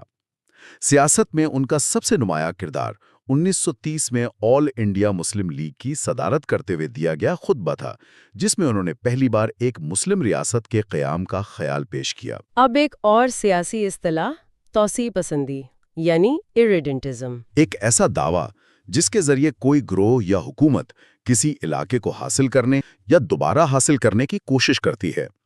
ہندوستان پاکستان تعلقات میں اس کی سب سے بڑی مثال کشمیر پر پاکستان کا دعویٰ ہے، جس کی بنیاد مسلم اکثریتی آبادی کے لیے حق خود ارادیت پر ہے۔ اور اب اسلام جنوبی ایشیا کے ماضی اور حال میں بہت اہمیت رکھتا ہے۔ یہ پاکستان اور بنگلہ دیش کا سرکاری مذہب ہے اور ہندوستان میں انڈونیشیا کے بعد دنیا کی دوسری سب سے بڑی مسلم آبادی ہے۔ اور مسلمانوں میں سنی اور شیعہ کی تقسیم بھی یہاں موجود ہے۔ جی، اور پاکستان میں خاص طور پر 1980 کی دہائی سے فرقہ وارانہ تشدد میں اضافہ ہوا ہے۔ جنرل ضیاء الحق کی اسلامائزیشن پالیسیوں اور ایران افغانستان کے واقعات نے اس میں اہم کردار ادا کیا۔ اور آخر میں بیرن ہیسٹنگز، لائنلس میں ایک ممتاز برطانوی فوجی آفیسر جو 1947 میں viceroy Lord Mountbatten کے چیف آف اسٹاف اور اہم مشیر تھے۔ وہ ان اہم مہینوں میں ماؤنٹ بیٹن کے ساتھ تھے جب ہندوستان اور پاکستان آزاد لیکن ایک دوسرے پر عدم اعتماد کرنے والی ریاستوں کے طور پر ابھرے۔ تو وہ ایک قابل اعتماد شخصیت تھے۔ جی، وہ تمام فریقین کے لیے قابل اعتماد تھے اور اپنی پرسکون اور دانشمندانہ طبیعت سے ماؤنٹ بیٹن کی تیز رفتار توانائی کو متوازن رکھتے تھے۔ کتاب بتاتی ہے کہ یہ 1941 میں بنی، اور دلچسپ بات یہ ہے کہ یہ مسلم لیگ کی پاکستان تحریک کی حامی نہیں تھی۔ جی، یہ ایک بہت اہم پوائنٹ ہے۔ جماعت اسلامی کا ویژن ایک جغرافیائی ریاست سے زیادہ ایک نظریاتی اسلامی ریاست کا تھا۔ اچھا، اسی لیے پاکستان بننے کے بعد جب انہوں نے اپنا مرکز لاہور منتقل کیا تو ان کا مقصد تھا ریاست کو اپنی اسلامی سوچ کے مطابق ڈھالنا۔ لیکن کتاب میں ذکر ہے کہ ان کا اثر و رسوخ محدود رہا۔ اس کی کیا وجہ تھی؟ ان کی ممبرشپ کی شرائط بہت سخت تھیں۔ بالکل، اور یہی ان کی طاقت بھی تھی اور کمزوری بھی۔ سخت شرائط کی وجہ سے وہ کبھی ایک عوامی میس پارٹی نہیں بن سکی۔ صحیح۔ ان کے ممبرز کم تھے لیکن بہت منظم اور نظریاتی طور پر پختہ تھے۔ تو نتیجہ یہ نکلا کہ ان کا ووٹ بینک تو محدود رہا، لیکن سڑکوں پر ان کی طاقت، ان کے مظاہرے، وہ ہمیشہ ان کی تعداد سے کہیں زیادہ نظر آئے۔ تو کیا یہ کہہ سکتے ہیں کہ ان کی حکمت عملی الیکشن جیتنا نہیں بلکہ سیاسی بیانیے کو کنٹرول کرنا تھی؟ آپ نے بالکل صحیح پکڑا ہے۔ ان کا اصل اثر یہی تھا کہ وہ ہمیشہ ایک اسلامی ایجنڈا میز پر رکھتے تھے، جس پر ہر حکومت کو، چاہے وہ ایوب خان کی ہو، بھٹو کی یا نواز شریف کی، سب کو جواب دینا پڑتا تھا۔ جی، کسی نہ کسی طرح جواب دینا پڑتا تھا۔ وہ حکومتوں کو غیر اسلامی قرار دے کر ان پر دباؤ ڈالتے تھے۔ یہی وجہ ہے کہ 1953 کی اینٹی احمدی تحریک میں بھی وہ پیش تھے۔ اور ضیاء الحق کے دور میں تو انہیں حکومت پر اثر انداز ہونے کا سب سے بڑا موقع ملا۔ ہاں، لیکن وہ رشتہ بھی زیادہ دیر نہیں چلا۔ جماعت کو جلدی اندازہ ہو گیا کہ ضیاء کی اسلامائزیشن ان کے نظریے کے مطابق گہری نہیں بلکہ صرف سطحی ہے۔ اور جب حکومت نے ان کی اسٹوڈنٹ ونگ جمعیت طلبہ پر پابندیاں لگائیں تو تعلقات خراب ہو گئے، مکمل طور پر ٹوٹ گئے۔ اس سے یہ بھی ظاہر ہوتا ہے کہ وہ کسی ایسے نظام کا حصہ بننے کو تیار نہیں تھے جو ان کے نظریاتی کنٹرول میں نہ ہو۔ اچھا، تو جس طرح پاکستان میں جماعت اسلامی مذہب کو سیاست کا محور بنا رہی تھی، کیا کتاب سرحد کے دوسری طرف ہندوستان میں کسی ایسی ہی نظریاتی لہر کا ذکر کرتی ہے؟ بالکل کرتی ہے، اور یہ موازنہ بہت دلچسپ ہے۔ ہندوستان میں اس وقت ہندو قوم پرستی کی لہر اٹھ رہی تھی، اور اس کی سیاسی نمائندگی 1951 میں بننے والی جماعت جنا سنگھ نے۔ جنا سنگھ؟ جی، اس کی طاقت کا مرکز شمالی ہندوستان کے شہری علاقے تھے، اور اس کی نظریاتی بنیاد رکھی راشٹریہ سویم سیوک سنگھ یعنی RSS نے۔ اچھا، تو یہاں ایک دلچسپ سفر نظر آتا ہے، جنا سنگھ کا جنتا پارٹی میں ضم ہونا اور پھر اسی نظریے کا بھارتیہ جنتا پارٹی یعنی BJP کی شکل میں دوبارہ ابھرنا۔ یہ بالکل وہی کہانی ہے۔ 1975 میں اندرا گاندھی کی ایمرجنسی کے بعد جب 1977 میں انتخابات ہوئے تو کانگریس کے خلاف تمام بڑی اپوزیشن پارٹیاں جنتا پارٹی کے نام سے اکٹھی ہو گئی۔ جنا سنگھ بھی اسی کا حصہ تھی۔ اور یہ اتحاد حکومت بنانے میں کامیاب بھی رہا، لیکن نظریاتی اختلافات کی وجہ سے زیادہ دیر چل نہ سکا۔ تو اس اتحاد کے ٹوٹنے سے جنا سنگھ کے نظریے کو کیا فائدہ ہوا؟ فائدہ یہ ہوا کہ جب جنتا پارٹی بکھری تو اس میں سے جنا سنگھ کا دھڑا 1980 میں BJP کے نام سے زیادہ منظم ہو کر نکلا۔ دوسرے دھڑے جیسے جنتا دل وہ وقت کے ساتھ کمزور ہوتے گئے، لیکن RSS کے کیڈر پر مبنی BJP آہستہ آہستہ قومی سطح پر پھیلتی چلی گئی۔ نظریات کو حقیقت میں ڈھالنے کے لیے قیادت کی ضرورت ہوتی ہے، اور اس دور میں دو بالکل مختلف قسم کی شخصیات نے اپنے اپنے ملک کی سمت متعین کی۔ ایک طرف پاکستان کے بانی محمد علی جناح کی شخصیت بہت پیچیدہ ہے۔ کتاب انہیں پاکستان کے بانی اور سب سے بڑے لیڈر کے طور پر پیش کرتی ہے، جو تقسیم کے بعد ہندوستان اور اس کی پالیسیوں کے بارے میں ہمیشہ بہت محتاط رہے۔ لیکن سب سے دلچسپ بات تو یہ ہے کہ وہ اپنے سیاسی کیریئر کے آغاز میں انڈین نیشنل کانگریس کے رکن تھے اور ہندو مسلم اتحاد کے حامی تھے۔ جی ہاں، اور یہی ان کی شخصیت کا سب سے بڑا شفٹ ہے۔ ہندو مسلم اتحاد کے ایمبیسڈر سے ایک الگ ملک کے سب سے بڑے وکیل بننے تک کا سفر۔ 1920 میں انہوں نے کانگریس سے استعفیٰ دے دیا، اور اس کے بعد آہستہ آہستہ ان کا راستہ الگ ہوتا گیا۔ اور 1947 سے اپنی وفات تک وہ پاکستان کی سب سے غالب شخصیت رہے۔ بلا شبہ وہ پاکستان کے لیے سب سے فیصلہ کن شخصیت تھے۔ تو ایک طرف جناح تھے، ایک وکیل اور سیاستدان جو ایک ملک بنا رہے تھے، دوسری طرف ہندوستان میں ایک ایسی شخصیت تھی جو ملک کو چلا رہی تھی، ایک بیوروکریٹ، ایک ماہر معاشیت، LK جھا۔ لکشمی کانت جھا یعنی LK جھا، ان کا شمار ہندوستان کے سب سے قابل سرکاری افسروں میں ہوتا تھا۔ وہ انڈین سول سروس کا دماغ سمجھے جاتے تھے۔ انہوں نے وزیر اعظم شاستری اور پھر اندرا گاندھی کے سیکرٹری کے طور پر کام کیا، اور ریزرو بینک آف انڈیا کے گورنر بھی رہے اور امریکہ میں سفیر بھی۔ جی، لیکن ان کی سب سے بڑی پہچان ایک ماہر معیشت کے طور پر تھی۔ کتاب میں ذکر ہے کہ انہوں نے کیمبرج میں کینز جیسے مشہور ماہرین سے تعلیم حاصل کی تھی۔ اچھا۔ اور اسی تعلیم کی بنیاد پر انہوں نے ہندوستان کی معاشی پالیسیوں پر گہرا اثر ڈالا۔ اس وقت ہندوستان کی معیشت سوشلسٹ ماڈل پر چل رہی تھی، جسے لائسنس راج بھی کہتے ہیں۔ جی، ہر چیز پر سرکاری کنٹرول تھا۔ بالکل۔ اس ماحول میں LK جھا جیسے شخص کا معاشی لبرلائزیشن کی وکالت کرنا ایک انقلابی خیال تھا۔ ان کا ماننا تھا کہ مقابلے سے ہی ملک کی برآمدات بڑھیں گی اور معیشت مضبوط ہوگی۔ اور جب وہ سفارتکاری کے میدان میں آئے، خاص طور پر 1971 کی جنگ کے دوران امریکہ میں سفیر کے طور پر، تو ان کا کردار کیسا تھا؟ جب امریکہ کا جھکاؤ پاکستان کی طرف تھا، لیکن LK جھا نے اپنی منطق اور دلائل سے امریکی انتظامیہ کے سامنے ہندوستان کا موقف بہت مؤثر طریقے سے پیش کیا۔ وہ ایک ایسے بیوروکریٹ تھے جو سیاست اور معیشت دونوں کی نبض پر ہاتھ رکھنا جانتے تھے۔ ہم نے نظریات اور شخصیات کی بات کہی، اب ان مدوں پر آتے ہیں جہاں یہ سب ٹکراتے ہیں اور جہاں تنازع کی اصل شکل سامنے آتی ہے۔ اس سلسلے میں جہاد کی اصطلاح کا ذکر بار بار آتا ہے۔ جی، کتاب اس کے لغوی معنی یعنی مقدس جنگ سے آگے بڑھ کر اس کے سیاسی استعمال پر بات کرتی ہے۔ وہ بتاتی ہے کہ تاریخی طور پر اس کا استعمال اسلام کے دفاع اور پھیلاؤ دونوں کے لیے ہوتا رہا ہے۔ لیکن 1990 کی دہائی کے بعد اس کا مطلب بدل گیا؟ مطلب نہیں بدلا، اس کا استعمال بدل گیا۔ ہندوستان پاکستان تنازع کے تناظر میں یہ اصطلاح افغانستان اور خاص طور پر کشمیر میں سرگرم مسلح گروہوں کے لیے استعمال ہونے لگی۔ اور یہیں پر وہ ابہام پیدا ہوتا ہے نا؟ بالکل، کتاب اسی ابہام کو اجاگر کرتی ہے کہ ایک ہی گروہ کو ایک فریق آزادی کے متوالے یا جہادی کہتا ہے، جبکہ دوسرا فریق انہیں دہشت گرد قرار دیتا ہے۔ یہ اصطلاح خود ایک سیاسی ہتھیار بن گئی۔ اور یہیں سے بات جوناگڑھ تک پہنچتی ہے، جو شاید تقسیم کے وقت کا سب سے پہلا اور پیچیدہ ٹیسٹ کیس تھا۔ یہ کہانی تو کسی شطرنج کی بازی جیسی لگتی ہے۔ یہ بالکل ایک شطرنج کی بساط تھی۔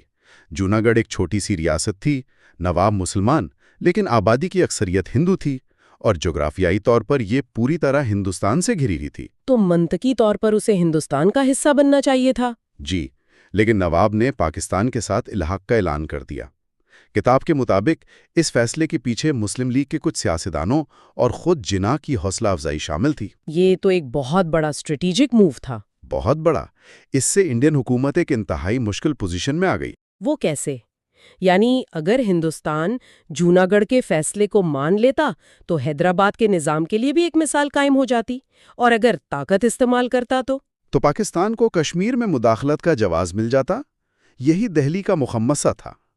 جوناگڑھ ایک ایسا امتحان بن گیا جس کے نتیجے نے حیدرآباد اور کشمیر دونوں کی قسمت پر اثر ڈالنا تھا۔ تو ہندوستان نے کیا قدم اٹھایا؟ بہت احتیاط سے۔ پہلے وہاں ایک عارضی حکومت قائم کروائی گئی، جسے عارضی حکومت کہا جاتا تھا۔ جب حالات بگڑے تو نواب ملک سے فرار ہو گیا اور اس کی ریاستی کونسل نے ہندوستان سے معاملات سنبھالنے کی درخواست کر دی۔ اور پھر ہندوستانی فوج ریاست میں داخل ہوئی۔ جی، جس پر پاکستان نے سخت احتجاج کیا اور اسے جاریت قرار دیا۔ لیکن ہندوستان نے اپنا آخری قدم بہت سوچ سمجھ کر اٹھایا۔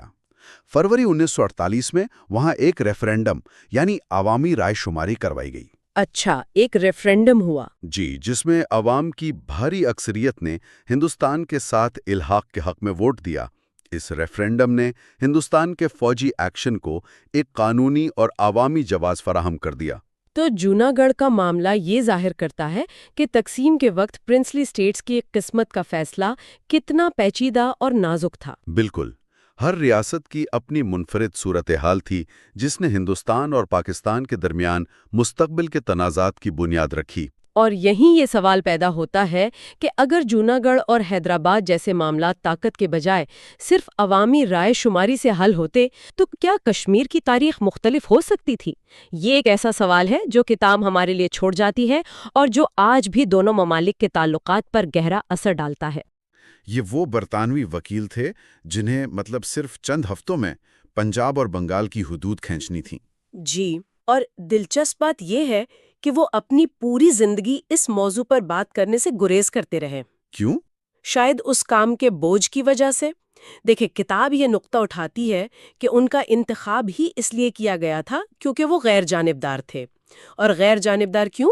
کیونکہ وہ ہندوستان کے بارے میں کچھ نہیں جانتے تھے۔ تو یہ تو الٹا نقصان دہ ثابت ہوا ہوگا۔ بالکل، یہی تو المیہ ہے۔ انڈین نیشنل کانگریس اور مسلم لیگ میں اتنی بداعتمادی تھی کہ کسی مقامی شخص پر بھروسہ ہی نہیں کیا جا سکتا تھا۔ تو ریڈ کلف کو لایا گیا، لیکن ان کی بنائی ہوئی حدود وہ متنازع رہیں اور ان کا اثر آج تک محسوس کیا جاتا ہے۔ اچھا، اور آر سے اگلا نام ہے سرووپلی رادھا کرشنن کا، ہندوستان کے دوسرے صدر۔ جی، اور وہ ایک سیاستدان سے زیادہ ایک اسکالر، ایک فلسفی کے طور پر جانے جاتے تھے۔ اور ان کے دور صدارت میں ہندوستان نے 2 بڑی جنگیں دیکھیں، 1962 میں چین کے ساتھ اور 1965 میں پاکستان کے ساتھ۔ بالکل، ان کا پس منظر بہت دلچسپ ہے۔ وہ سوویت یونین میں بطور سفیر بھی کام کر چکے تھے۔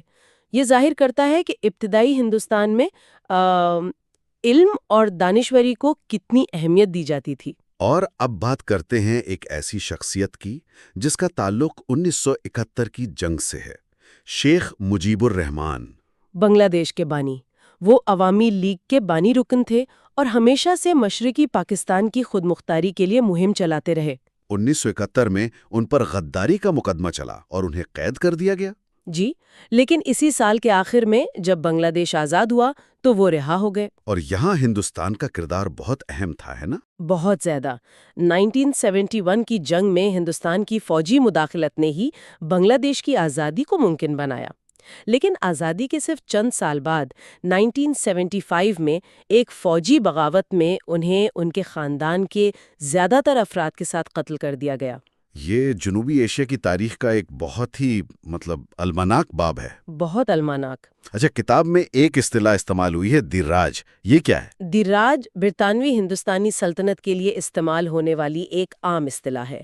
یہ 1858 سے 1947 تک قائم رہی۔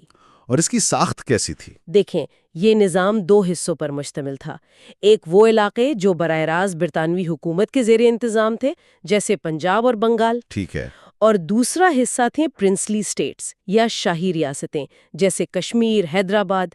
یہ اندرونی طور پر تو خود مختار تھیں، لیکن برطانوی کنٹرول کے تابع تھیں۔ اور تقسیم کے وقت یہی ریاستیں ایک بڑا مسئلہ بنی؟ بالکل، یہی وہ ٹائم بم تھا جس نے کشمیر جیسے مسائل کو جنم دیا۔ اب آتے ہیں ایک بہت ہی دلچسپ کہانی پر، doctor Raja Ramanna. The Buddha is smiling۔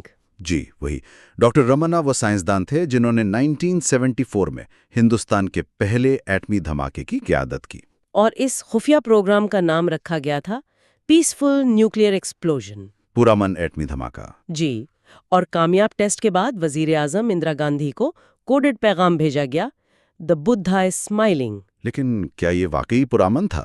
یہی تو اصل سوال ہے۔ ڈاکٹر رمنا نے بعد میں خود اعتراف کیا کہ دھماکہ تو دھماکہ ہوتا ہے۔ اس ٹیسٹ نے جنوبی ایشیا میں طاقت کا توازن آپ کہہ لیں کہ ہمیشہ کے لیے بدل دیا۔ اور پاکستان پر اپنا ایٹمی پروگرام تیز کرنے کے لیے دباؤ بڑھا دیا؟ بہت زیادہ۔ اچھا، اگلا نام ہے پی وی نرسمہا راؤ کا۔ 1991 سے 1996 تک ہندوستان کے وزیر اعظم۔ انہیں ہندوستان کی معیشت کو دنیا کے لیے کھولنے کا سہرا دیا جاتا ہے۔ جی، اور ستم ظریفی یہ ہے کہ ایک شخص جس نے اپنی پوری زندگی کانگریس کی سوشلسٹ پالیسیوں کی حمایت کی، اسی نے وزیر اعظم بن کر ان پالیسیوں کو ختم کر دیا۔ بالکل، انہوں نے فری مارکیٹ اصلاحات متعارف کروائیں۔ یہ اس بات کی مثال ہے کہ کس طرح بحران کے وقت رہنما اپنی نظریاتی اساس سے ہٹ کر عملی فیصلے کرتے ہیں۔ اب بات کرتے ہیں ایک تنظیم کی، RSS یعنی Rashtriya swim civic Singh. RSS کو ہندو قوم پرستی کا نظریاتی مرکز سمجھا جاتا ہے۔ اس کے لاکھوں کارکن ہیں جو روزانہ صبح شاکھا نامی پریڈ میں حصہ لیتے ہیں۔ اور ان کا نظریہ کیا ہے؟ RSS ہندوتوا کے نظریے کو فروغ دیتی ہے، جس کا مقصد ہندوستان کو ایک ہندو ریاست بنانا ہے۔ یہ BJP کی پیرنٹ آرگنائزیشن ہے۔ اور ظاہر ہے اس کا نظریہ ہندوستان کی مسلم آبادی اور دیگر اقلیتوں کے لیے تشویش کا باعث بنتا ہوگا۔ جی ہاں، بالکل۔ R سے آخری موضوع ہے، را، research and analysis wing. Hindustan کی مشہور خفیہ ایجنسی۔ کہا جاتا ہے کہ 1971 کی جنگ میں اس کی کارکردگی بہت اچھی تھی۔ کتاب میں ایک حیران کن بات لکھی ہے کہ 2004 میں را نے ISI کو صدر پرویز مشرف پر ہونے والے ایک حملے سے آگاہ کیا تھا۔ پھر کرتا ہے۔ مطلب ایک طرف شدید دشمنی اور دوسری طرف بعض اوقات مشترکہ خطرات سے نمٹنے کے لیے غیر رسمی تعاون بھی ہوتا ہے۔ یہ ایک بہت ہی سفسٹیکیٹڈ قسم کی دشمنی ہے۔ تو اب ایس سے شروع ہونے والے موضوعات پر آتے ہیں۔ پہلا نام ہے ونائک دامودر ساورکر، ایک بہت ہی متنازع ہندو قوم پرست رہنما۔ بچپن میں انہوں نے ایک مسجد پر حملہ کیا، لندن میں بم بنانا سیکھا اور 1857 کی جنگ آزادی پر کتاب لکھی۔ جی، اور بعد میں ان پر گاندھی کے قتل کے مقدمے میں بھی الزام لگا، لیکن وہ بری ہو گئے۔ تو وہ کس قسم کی قوم پرستی کی نمائندگی کرتے تھے؟ وہ اس قوم پرستی کی نمائندگی کرتے ہیں جو گاندھی کے عدم تشدد کے فلسفے سے بالکل مختلف تھی۔ یہ ہندوستان کی تحریک آزادی کے اندر موجود نظریاتی اختلافات کو ظاہر کرتا ہے۔ اب پاکستان کی سیاست کی طرف آتے ہیں۔ نواز شریف 2 بار پاکستان کے وزیر اعظم بنے، اور 1999 میں جنرل پرویز مشرف نے ایک فوجی بغاوت میں انہیں معزول کر دیا۔ جی، اور انہیں جلا وطن کر دیا گیا تھا۔ ان کا جو پاور بیس ہے وہ پنجاب ہے۔ اور یہ کہا جاتا ہے کہ پاکستان میں پنجاب کی حمایت کے بغیر حکومت چلانا بہت مشکل ہے۔ یہ ایک حقیقت ہے، کیونکہ ملک کی 60% سے زیادہ آبادی اور معیشت کا انحصار اسی صوبے پر ہے۔ اچھا، اگلا نام ہے لال بہادر شاستری۔ نہرو کے بعد ہندوستان کے دوسرے وزیر اعظم جو اپنی سادگی کے لیے بہت مشہور تھے۔ انہوں نے 1965 کی جنگ میں ہندوستان کی قیادت کی۔ جی، اور ان کا انتقال تاشقند میں پاکستان کے ساتھ امن معاہدے پر دستخط کرنے کے فوراً بعد دل کا دورہ پڑنے سے ہوا۔ تاشقند معاہدہ سوویت یونین نے کروایا تھا، ہے نا؟ بالکل، اور یہ اس خطے میں سرد جنگ کے دوران عالمی طاقتوں کے اثر و رسوخ کو ظاہر کرتا ہے۔ اب ایک ایسی جگہ کی بات کرتے ہیں جو دنیا کا بلند ترین میدان جنگ ہے، سیاچن گلیشیئر۔ جی، جہاں 1984 سے ہندوستان اور پاکستان کی فوجیں تعینات ہیں۔ اور ستم ظریفی یہ ہے کہ یہاں زیادہ تر فوجی دشمن کی گولی سے نہیں بلکہ شدید موسم کی وجہ سے ہلاک ہوتے ہیں۔ بالکل، یہ تنازعہ لائن آف کنٹرول کے ایک غیر واضح حصے کی وجہ سے شروع ہوا۔ اس پر کنٹرول رکھنا دونوں ممالک کے لیے وقار کا مسئلہ بن گیا ہے۔ لیکن اس کی انسانی اور معاشی قیمت بہت زیادہ ہے۔ بہت ہی زیادہ۔ 1971 کی جنگ کے بعد ایک اہم معاہدہ ہوا، شملہ معاہدہ۔ جی، 1972 میں یہ ہندوستان کی فیصلہ کن فتح کے بعد ہوا۔ اس میں کیا طے پایا تھا؟ اس میں یہ طے پایا کہ دونوں ممالک اپنے اختلافات دو طرفہ بات چیت کے ذریعے حل کریں گے اور کشمیر میں لائن آف کنٹرول کا احترام کیا جائے گا۔ اس کے باوجود پاکستان کے وزیر اعظم ذوالفقار علی بھٹو نے بڑی مہارت سے مذاکرات کیے اور پاکستان کے لیے نسبتاً بہتر شرائط حاصل کی۔ اب بات کرتے ہیں سارک کی، جنوبی ایشیا کے ممالک کی علاقائی تنظیم۔ جی، جس میں ہندوستان، پاکستان، بنگلہ دیش سمیت 7 بانی ممالک شامل ہیں۔ لیکن یہ کبھی بھی آسیان جیسی کامیاب تنظیم کیوں نہیں بن سکی؟ اس کی ایک ہی بڑی وجہ ہے، ہندوستان اور پاکستان کے درمیان مسلسل کشیدگی۔ اس کی وجہ سے سارک کے اجلاس اکثر ملتوی ہو جاتے ہیں اور اس کے مقاصد پورے نہیں ہو پاتے۔ تو اب ہم ٹی سے شروع ہونے والے موضوعات پر آتے ہیں، اور پہلا نام ہی ہے طالبان۔ طالبان یعنی مذہبی طلبہ۔ یہ تحریک افغانستان میں ابھری اور 1996 میں کابل پر قبضہ کر کے ایک سخت اسلامی حکومت قائم کی۔ اور پھر 9/11 ہوا۔ جی، 9/11 کے بعد طالبان نے اسامہ بن لادن کو امریکہ کے حوالے کرنے سے انکار کر دیا، جس کے بعد امریکی حملے نے ان کی حکومت کا خاتمہ کر دیا۔ لیکن یہ تحریک ختم نہیں ہوئی۔ بالکل نہیں، اس نے پاکستان کے قبائلی علاقوں میں پناہ لی، جو آج تک ایک بہت بڑا چیلنج ہے۔ ہم نے شاستری جی کے حوالے سے تاشقند کانفرنس کا ذکر کیا تھا۔ جی، 1966 میں۔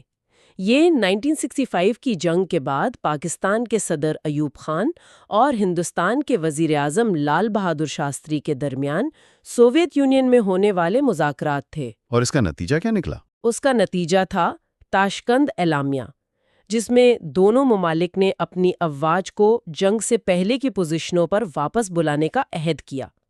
یہ سرد جنگ کے دور کی ڈپلومیسی کی ایک کلاسک مثال تھی۔ کتاب میں کشمیر کے مسئلے کے 10 ممکنہ حل بھی تجویز کیے گئے ہیں۔ جی، اور ان میں سے کچھ بہت دلچسپ ہیں۔ جیسے اینڈورا سولوشن، یہ کیا ہے؟ اس کے تحت وادی کشمیر کو ایک نیم خود مختار ریاست بنا دیا جائے گا، جس کے دفاع اور خارجہ امور ہندوستان اور پاکستان مشترکہ طور پر سنبھالیں گے۔ یہ تو کاغذ پر بہت اچھا لگتا ہے۔ کاغذ پر تو بہت اچھا لگتا ہے، لیکن دونوں ممالک کے درمیان گہری بداعتمادی کی وجہ سے یہ عملی نہیں ہو سکا۔ اور چناب فارمولا کیا ہے؟ اس میں جموں اور کشمیر کو دریائے چناب کی بنیاد پر مذہبی خطوط پر تقسیم کرنے کی بات کی گئی ہے، لیکن یہ بھی ایک اور تقسیم ہوگی جس کے اپنے مسائل ہوں گے۔ مطلب حل موجود ہیں لیکن سیاسی ارادہ نہیں ہے۔ بالکل، اصل مسئلہ سیاسی ارادے کا ہے۔ اب یو سے زیڈ تک کے حصے پر آتے ہیں۔ برطانیہ اور امریکہ کا کیا کردار رہا ہے؟ برطانیہ کا کردار تو اب ایک سابق نوآبادیاتی طاقت سے زیادہ کچھ نہیں، وہ صرف دو طرفہ مذاکرات پر زور دیتا ہے۔ اور امریکہ؟ امریکہ کا کردار زیادہ پیچیدہ ہے۔ سرد جنگ کے دوران وہ پاکستان کا اتحادی تھا، لیکن 9/11 کے بعد اس کے تعلقات مزید پیچیدہ ہو گئے ہیں۔ کیسے؟ امریکہ پاکستان کو دہشت گردی کے خلاف جنگ میں ایک اہم اتحادی تو سمجھتا ہے، لیکن ساتھ ہی اس پر عسکریت پسندوں کے خلاف مزید کارروائی کے لیے دباؤ بھی ڈالتا ہے۔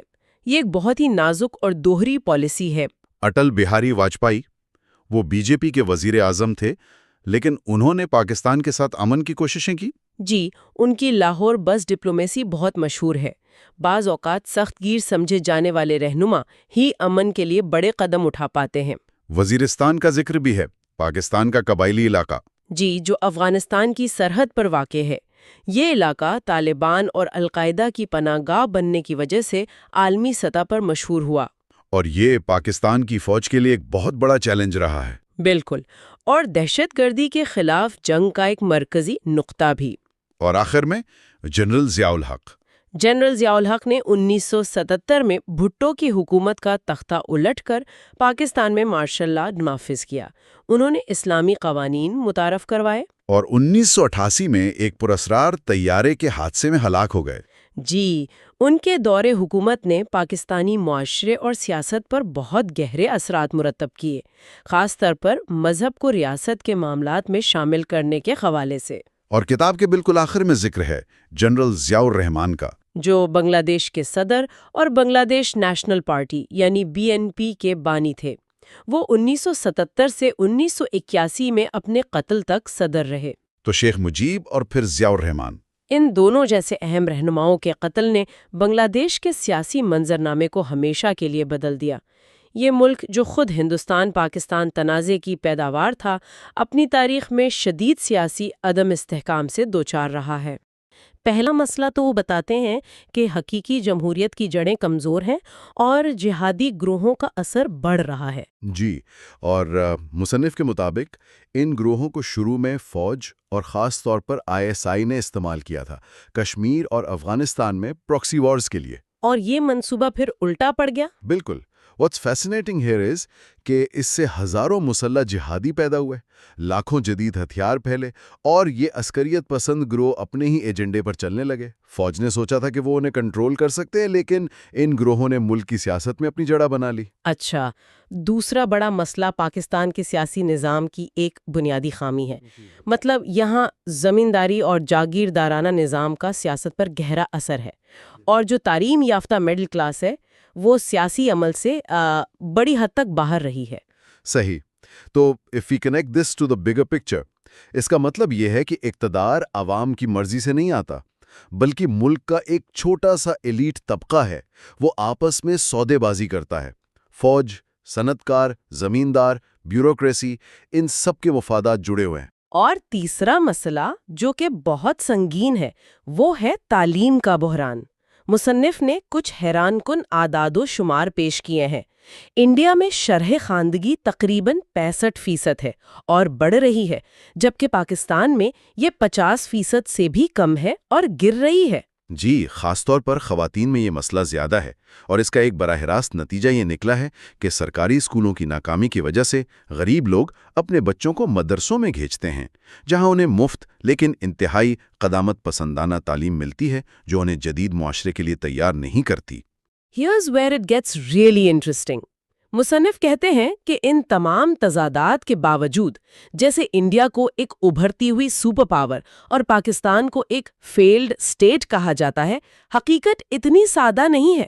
پاکستان میں پہلی بار آنے والے اکثر لوگ وہاں خوشحالی کے کچھ مناظر دیکھ کے حیران رہ جاتے ہیں۔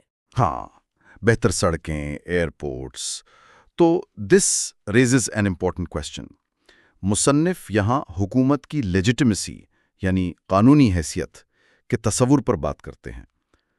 ان کے مطابق کسی بھی حکومت کا طویل عرصے تک اقتدار میں رہنا، جیسے ایوب خان یا ضیاء الحق، اسے جائز نہیں بنا دیتا۔ اصل امتحان یہ ہوتا ہے کہ کیا حکمران ایسے ادارے بناتے ہیں جو ان کے جانے کے بعد بھی قائم رہیں۔ پاکستان میں اکثر ایسا نہیں ہوا۔ ٹھیک ہے، تو اب کتاب کی کرونالوجی پر آتے ہیں۔ 1947 سے 2007 تک کے واقعات کی ایک بہت تفصیلی ٹائم لائن ہے۔ شروعات کرتے ہیں پہلے دور سے، 1947 to 1950s۔ یہ دور ظاہر ہے کشمیر کے بحران اور پہلی پاک بھارت جنگ سے شروع ہوتا ہے۔ پھر اقوام متحدہ کی مداخلت ہوتی ہے، UNCIP کی قراردادیں آتی ہیں، جن میں جنگ بندی، فوجوں کی واپسی اور پھر پلیبسائٹ کی بات کی گئی۔ اور اسی دوران سرد جنگ کا اثر بھی نظر آنے لگتا ہے۔ بالکل، پاکستان سیٹو اور بغداد پیکٹ جیسے امریکی اتحادوں میں شامل ہو جاتا ہے، جبکہ انڈیا کو کشمیر پر سوویت یونین کی حمایت حاصل ہو جاتی ہے۔ اس بین الاقوامی پہلو نے مسئلے کو اور بھی پیچیدہ بنا دیا۔ دہائیوں تک چلنے والے تعطل کی بنیاد یہیں رکھی گئی۔ اچھا، اب آتے ہیں اگلے اہم مرحلے پر، the 1960s and 70s wars and new realities۔ یہ بہت ہنگامہ خیز دور تھا۔ 1960 میں سندھ طاس معاہدہ ہوا، جو کہ تعاون کی ایک نایاب مثال ہے۔ لیکن پھر 1962 میں چین بھارت جنگ ہوئی، جس کے بعد امریکہ اور برطانیہ نے انڈیا پر دباؤ ڈالا کہ وہ پاکستان سے کشمیر پر مذاکرات کرے۔ لیکن بات چیت کے 6 دور ناکام رہے۔ اور پھر 1965 کی جنگ، جس کے بعد تاشکنڈ معاہدہ ہوا۔ جی، اور اس کے فوراً بعد بھارتی وزیر اعظم شاستری کا انتقال ہو گیا۔ What's fascinating here is 1971 کی جنگ، مشرقی پاکستان میں فوجی کریک ڈاؤن، مہاجرین کا بحران، سوویت یونین کے ساتھ انڈیا کا معاہدہ، اور پھر وہ جنگ جس کے نتیجے میں بنگلہ دیش بنا، اس نے جنوبی ایشیا میں طاقت کا توازن مکمل طور پر بدل دیا۔ اور 1972 کا شملہ معاہدہ اس کا ایک بڑا نتیجہ تھا۔ جنگ بندی لائن کا نام بدل کر لائن آف کنٹرول یعنی LOC رکھ دیا گیا۔ بالکل، اور دونوں فریقوں نے طاقت کا استعمال نہ کرنے کا عہد کیا۔ اور پھر 1974 میں انڈیا نے اپنا پرامن ایٹمی دھماکہ کیا، جس کے جواب میں بھٹو نے پاکستان کے لیے ایٹمی چھتری کا مطالبہ کیا۔ تو تنازع کا ایٹمی پہلو باقاعدہ طور پر یہیں سے شروع ہوا۔ Okay, let's unpack the next era, the 1980s, the Zia period and a tense decade۔ اس دہائی پر تو جنرل ضیاء الحق کے مارشل لاء کی چھاپ ہے۔ افغانستان پر سوویت حملے نے جغرافیائی سیاست کو ایک بار پھر بدل دیا، اور پاکستان امریکہ کے لیے ایک فرنٹ لائن ریاست بن گیا۔ اور کتاب میں اس دہائی کے ملے جلے واقعات کا ذکر ہے۔ مطلب ایک طرف جنگ نہ کرنے کے معاہدے کی تجاویز ہے، تو دوسری طرف سیاچن گلیشیئر کا تنازع شروع ہو جاتا ہے۔ جی، اور انڈیا کے اندر پنجاب میں خالصتان تحریک ایک بڑا مسئلہ بن جاتا ہے۔ کتاب میں 1984 کے آپریشن بلو سٹار اور اندرا گاندھی کے قتل کا ذکر ہے، جس کے بعد انڈیا نے پاکستان پر سکھ عسکریت پسندوں کی مدد کا الزام لگایا۔ اس نے تعلقات میں ایک اور پیچیدہ طے شامل کر دی۔ اور years where it gets really interesting, the 1990s a roller coaster decade۔ یہ دہائی تو بہت ہی متضاد تھی۔ پاکستان میں بے نظیر بھٹو اور نواز شریف کے ساتھ جمہوریت کی واپسی ہوتی ہے، لیکن کشمیر میں شورش بہت شدت اختیار کر جاتی ہے۔ کرونالوجی میں بتایا گیا ہے کہ بے نظیر بھٹو نے کشمیر کی صورتحال کو جہاد قرار دیا اور 1000 سال تک لڑنے کے عزم کا حوالہ دیا۔ بالکل، اور بیان بازی دونوں طرف سے انتہائی جارحانہ ہو جاتی ہے۔ اسی دوران 1992 میں انڈیا میں بابری مسجد کی شہادت ہوتی ہے۔ اس کے رد عمل میں پاکستان میں بڑے پیمانے پر احتجاج ہوتے ہیں، مندروں پر حملے ہوتے ہیں، جو یہ دکھاتا ہے کہ ایک ملک کے اندرونی واقعات دوسرے پر کیسے اثر انداز ہوتے ہیں۔ اور یہ دہائی ایک بڑے کلائمیکس پر ختم ہوتی ہے۔ پہلے 1998 میں دونوں ممالک کے ایٹمی دھماکے، اور پھر 1999 میں لاہور سمٹ۔ جی، لاہور سمٹ جو ایک بہت بڑی پیش رفت لگ رہی تھی، لیکن صرف چند مہینوں بعد ہی کارگل کی جنگ چھڑ گئی۔ اونچائی پر لڑی جانے والی اس جنگ نے لاہور میں پیدا ہونے والے اعتماد کو مکمل طور پر ختم کر دیا، اور دہائی کا اختتام پاکستان میں ایک اور فوجی بغاوت سے ہوتا ہے، اور جنرل پرویز مشرف اقتدار میں آتے ہیں۔ آخر میں the 2000s, the post 9/11 world and peace overtures۔ 9/11 نے ایک بار پھر سب کچھ بدل دیا۔ پاکستان دہشت گردی کے خلاف جنگ میں امریکہ کا ایک اہم اتحادی بن گیا، لیکن یہ دور شدید کشیدگی سے شروع ہوا۔ دسمبر 2001 میں بھارتی پارلیمنٹ پر حملے کے بعد دونوں ممالک کی فوجیں آمنے سامنے آ گئیں۔